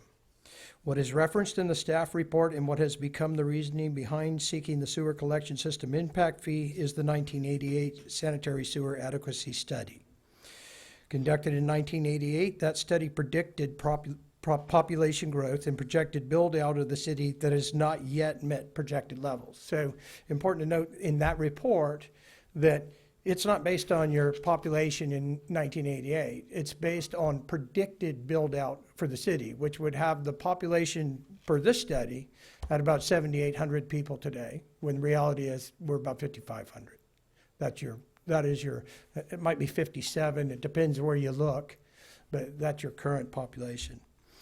Additionally, the findings of the study indicate that in regards to sewer capacity, non-resident wastewater generation is the controlling factor as peak flows occur during the tourist season. Our peak flows are anywhere from 21% to 36% higher in the peak tourist season than it is in December, January, and February. And that doesn't mean we have no tourists during those months. We certainly have fewer tourists. As you know, the tourism Solvang experiences now in 2019 far exceeds the tourism rates that we were seeing in 1988 when this study was done. Best I could research, our tourism visits were right at around 250 to 300,000 per year in 1988. Today, according to Visit San Ynez, it's over 1.5 million. At this point, the city of Solvang hosts over 1 million tourists a year, an industry that brings hospitality and retail business to the city. The city collects a transient occupancy tax, or the TOT, from tourists that provides over half of the city's revenue for administration, services, and maintenance. The TOT is intended to offset the impact tourism has to reduce the burden carried by residents. So I take exception when I hear that our only alternative is tax the developer or tax the residents. The city collects a TOT. May I finish reading the letter, or should I? Sum it up real quick. Okay. Mr. Mayor, I just want to note that the council has received this letter. It's a 5-page letter. Mr. Williams has just finished page 1. In the interest of getting, the reason I bring it up is we've got a code section that requires the council to take a specific vote on 9:30 to continue other agenda items. And if Mr. Williams goes through the entire letter, which is before you, we may be getting to some of the other agenda items much later. I also want to remind council we have a closed session regarding labor negotiations that we need to take care of tonight. I'm happy to wrap it up. I'll let you guys read the rest of the letter. The common themes here is that the tourism increases the burden on the average of 21 to 36% on our sewer system. The residential build out has almost zero impact, according to this report that we're citing, on the impact of the sewer. Zero. It literally lists zero for residential. City's been aware of all these deficiencies since 1988. You guys have the unenviable responsibility of trying to correct a can that's been kicked down the road for 31 years. Thank you. Appreciate your consideration of this issue, and wanted to let you know I'm not in support of this impact fee. With that, we'll take this back for discussion action. Now, sorry, Dave, did you say that 9:30 is the time? Do we need to take a vote now? Mr. Mayor, there's the council protocols that say 10 o'clock. The municipal code says 3 hours after the meeting started. The meetings used to start at 7 p.m., so there was a 3-hour ticker. So the motion under the code has to be done at 9:30. If you want to hear new agenda items after 9:30. We're already in the middle of this. It started before 9:30. I didn't raise the issue before this one, but if you want to continue with the other items after the agenda, Then we'll take a vote We'll take that vote. Okay. All right, so with that, we'll take this back for discussion and action by the city council. Who would like to start? Okay, I'll start.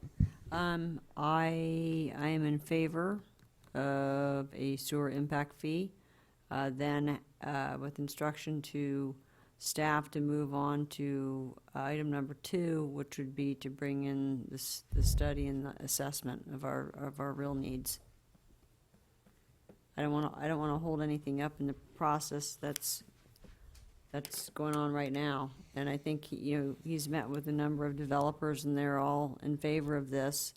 But we want to make sure that with the understanding that they know that it could be revised after further study. So I think we have, okay, so you're talking about alternative 2. City council could direct staff to hire a consultant to independently review the current deficiencies, analyze the overall cost upgrade. Is that what you're talking about? Okay. Just so I can clarify, if I heard that correctly, what I heard was you're in support of this fee that's being Yes. discussed tonight with this methodology and alternative 2, which is to Yes. provide us direction to come back with more information at a future date on doing a more comprehensive study Correct. of our infrastructure needs. So it's a modification of staff's recommendation and alternative 2 presented to you. And I could make that a motion. Okay. Does anyone else have any? My only comment is that I don't have a problem with an impact fee going forward. I just think that if there's any way at all to not shift the burden away from the residents and partially from the builders, but I knew about the point that Mitch was making about before this, was that we did go from 200 and some odd thousand tourists when this study was done, when we were adequate for what we thought the city would grow up to be, and now we're at 1.5 million. And I would prefer to save the residents and put any burden upon the people that visit Solvang and use our public toilets, et cetera, because they're the ones. I mean, how do you triple your tourism or quadruple your tourism in a short period of time and expect the residents to pay for that? It's not going to happen in my watch. I have to agree with that. That's why I agree with what Mitch was trying to say. As well as I understood what Mitch was trying to say, I think that the cost shifting should be moved to the tourists. Not the residents. Not the residents, because they have the biggest impact on the sewer.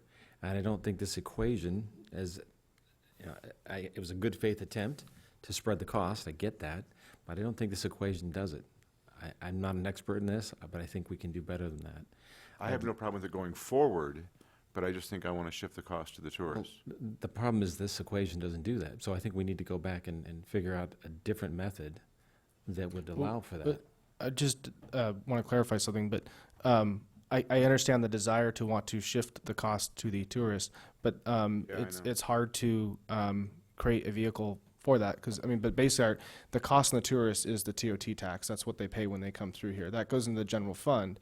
Now, through these funding strategies, you could opt to pay for some of these deficiencies out of the general fund, but I'm just trying to figure out what nexus you guys are trying to create. For example, if you're going to put a hotel up and the hotel essentially caters to tourists, right, then perhaps that particular dwelling or building needs to pay more in terms of a user fee, because they're going to have a bigger impact. Or do you go from 12 to 15%? That's another option. I don't know. I'm just saying, I think there's maybe a better way to do this, to take into consideration the tourists. Well, I think to a certain extent, there are two ways that the tourists will be paying for this and are paying for this. For commercial, my understanding of the way the sewer rates work is, at least for commercial, it's based on the amount of water usage. So the amount of water usage, if it's increased by the number of tourists coming in, going from 200,000 to 1.5 million, there is increased water usage, increased sewer. So the hotels are paying it, and then they're passing it on to their customers, the tourists. The tourists are paying that to a certain extent as well, to the extent that you wish to increase the amount of money that you put towards the sewer. The tourists are also paying TOT, which is paying for other types of infrastructure that is not necessarily in, so they're paying on a double basis for that. Granted, you're not putting money from the TOT into the sewer because it's supposed to be an enterprise fund. It's supposed to be self-sustaining. But I don't want it to look like by implementing a sewer impact fee that the tourists are getting off scot-free. There is a contribution significantly. It's just not directly paid on a one-to-one basis like that. And Matt may have some more information on that. Well, I was going to just make a couple quick comments. Certainly, the tourists do have a significant impact on the sewer flows. Obviously, you can't have 1.5 million or more tourists and not have. I think that's why we get more complaints in the TRC zone of hydrogen sulfide smell during the real peak time, right? Yeah. So, the other thing I was going to mention is, just kind of lost my train of thought here. Tourists. Water.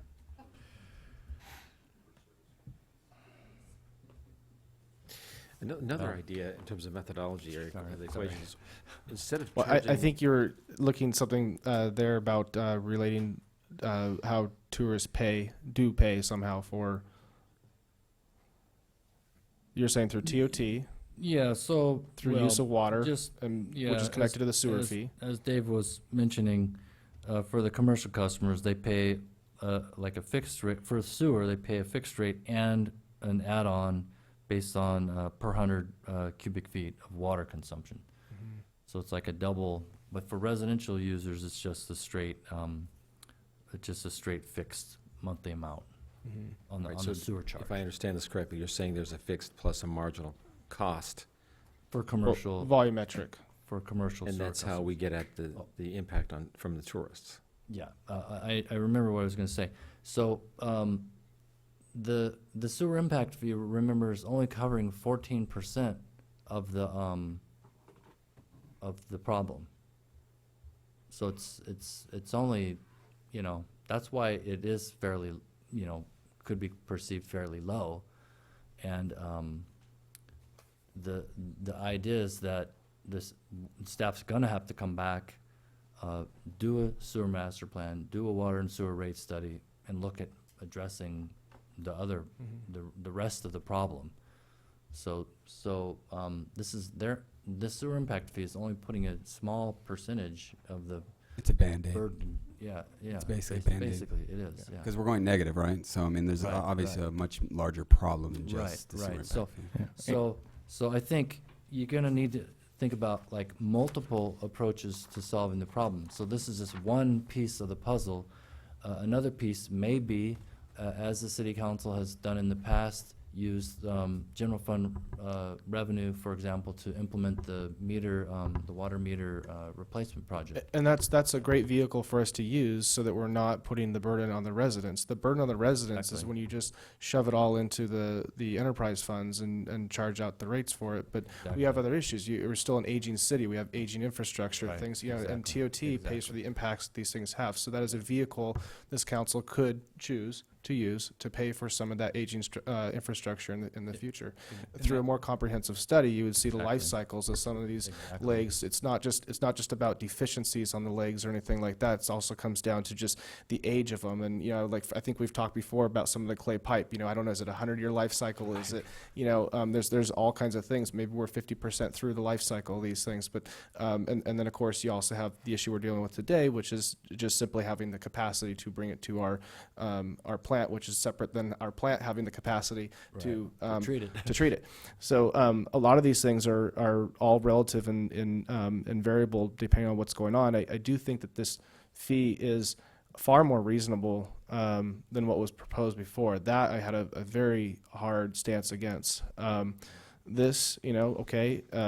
There's probably still going to be some squawks by certain people that feel that when they started their project through this cycle that, you know, things weren't as transparent in that way, and that's an issue that we're going to have to address with some of our processes and stuff like that. We heard during the city manager update that we're going to work on making some of those things more transparent from the get-go. So I think we're in the right direction. It's just that, of course, you know, all this is going to be a bumpy road. There are Band-Aids that we have to put on things. So I'm okay with this. It's not perfect. And I just want to make it very clear that all these things are relational, and through further studies and as we address the water rates and things like that, that is the time when the council can make decisions to allocate some of our TOT money that is paid for by, you know, the use of the hotels and basically tourism, to help take care of some of this aging infrastructure, deficient lines, you know, whatever, so that it's not put on the burden of the residents. And I think we've done a great job, not only but even with the prior council, of doing that. You know, we just recently replaced everyone's water meters. That all came out of the general fund. It didn't go to the ratepayers. That is TOT that's paying for that. So I think we're doing an exceptional job of protecting the residents from having to pay for some of the burden. We can reevaluate that. Maybe we can do an even better job, and that's going to help stabilize our water rates and keep things from increasing so rapidly. So I think we're on a good path.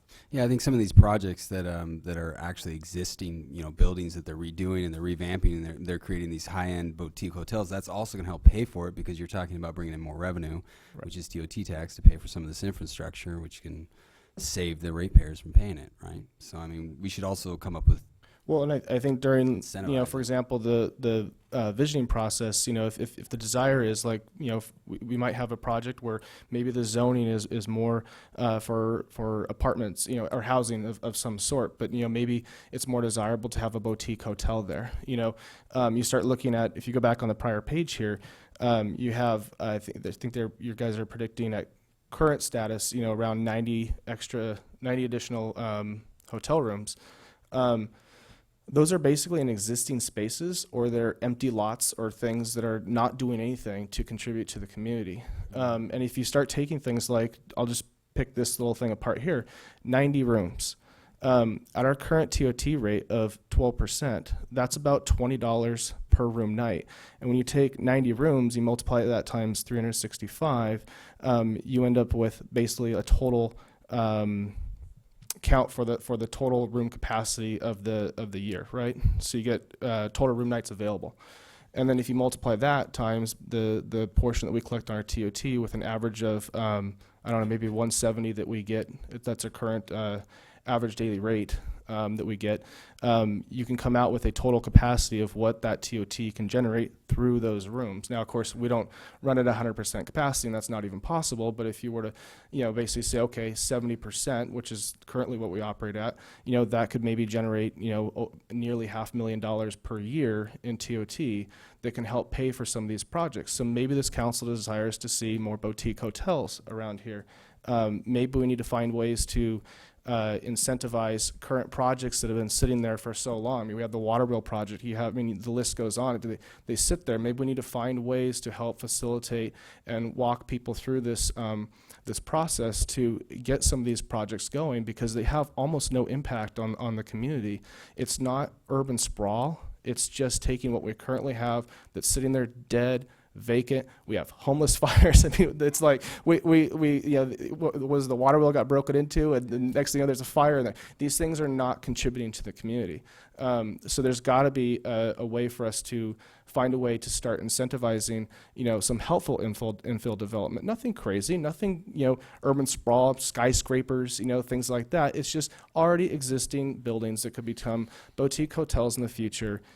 Focus on just this number right here. If we can just get those 90 rooms, those 90 boutique hotel rooms, the 25 rooms at the inn, I mean, that's all great stuff. But that right there could be an easy $500,000 per year that helps pay for some of our aging infrastructure. We certainly have a lot of it.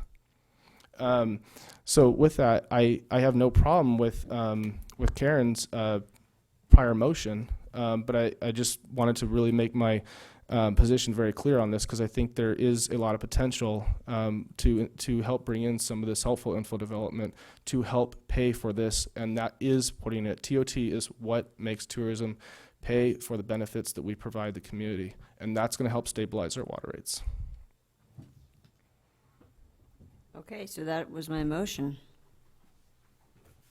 Can you restate the motion? Accept the sewer impact fee that's been presented by staff, then move on to our option number 2, which is to do the complete study, hire consultant to analyze existing infrastructure capacity, develop sewer impact fee, and recommend sewer rate increase to address all upgrade needs. Okay. Is there any direction that we can, just quick question, is there any direction we can give to basically provide the city the support from the council to pursue finding ways to facilitate more boutique hotel type, getting some of these projects that sit around forever, finding ways to hopefully encourage them to start moving forward on their projects? Well, generally speaking, that's what we're doing. So, yeah, we want to see those projects move forward. So, yes, I hear that loud and clear. I don't think any formal direction needs to be provided. Okay, thank you. All right, so we have a motion on the floor. Do we have a second?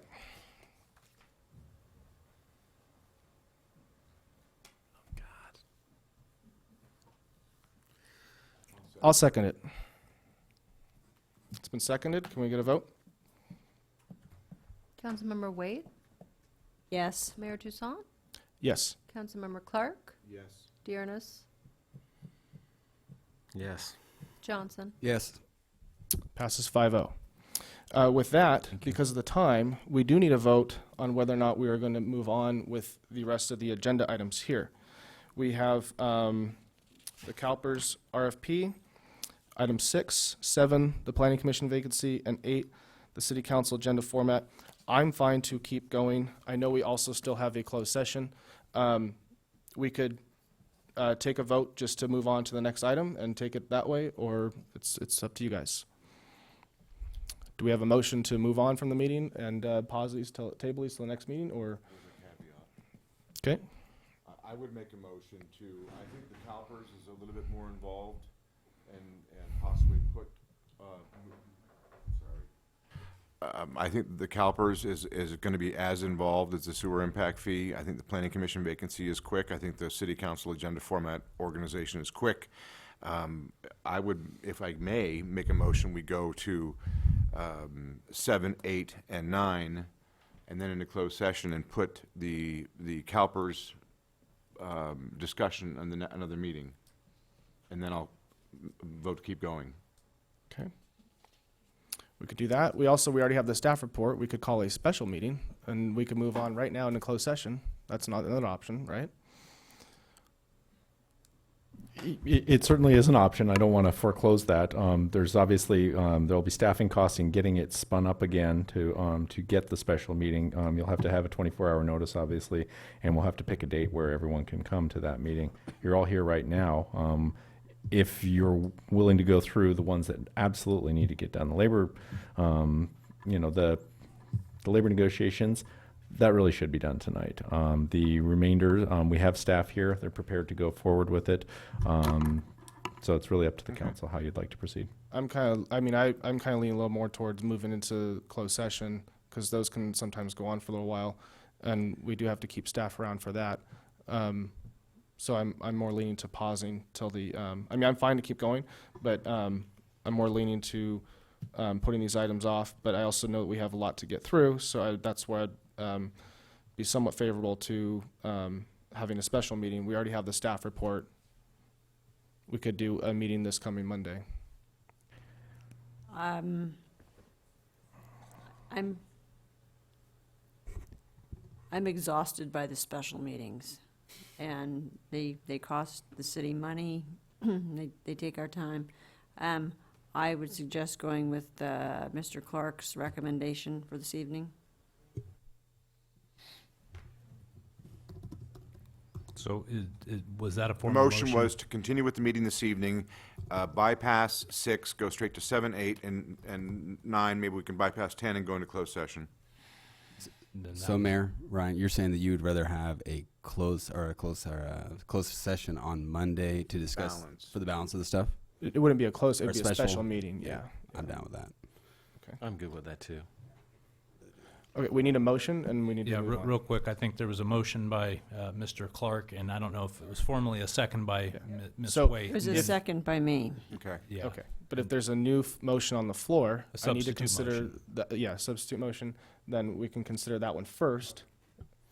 I'll make a motion that we table the rest of these items till Monday and have a special meeting on Monday to discuss them. Monday the 20th. Monday the 20th. Okay. Start at normal time, like 6. Start at normal time, 6:30, and discuss them. I'll second that. Okay, it's been moved and seconded. Councilmember Johnson? Yes. Dearness? Yes. Clark? No. Wait. No. Mayor Toussaint? Yes. So with that, we will move into Closed session. closed session. Thank you, Mr. Mayor. Pursuant to Government Code Section 54950, let me get the right section here. 54957.6, the City Council will meet in closed session pursuant with its labor negotiator, agency representative, and designated negotiators, Dave Fleischman, City Attorney, Employee Organizations, Teamsters Local 986.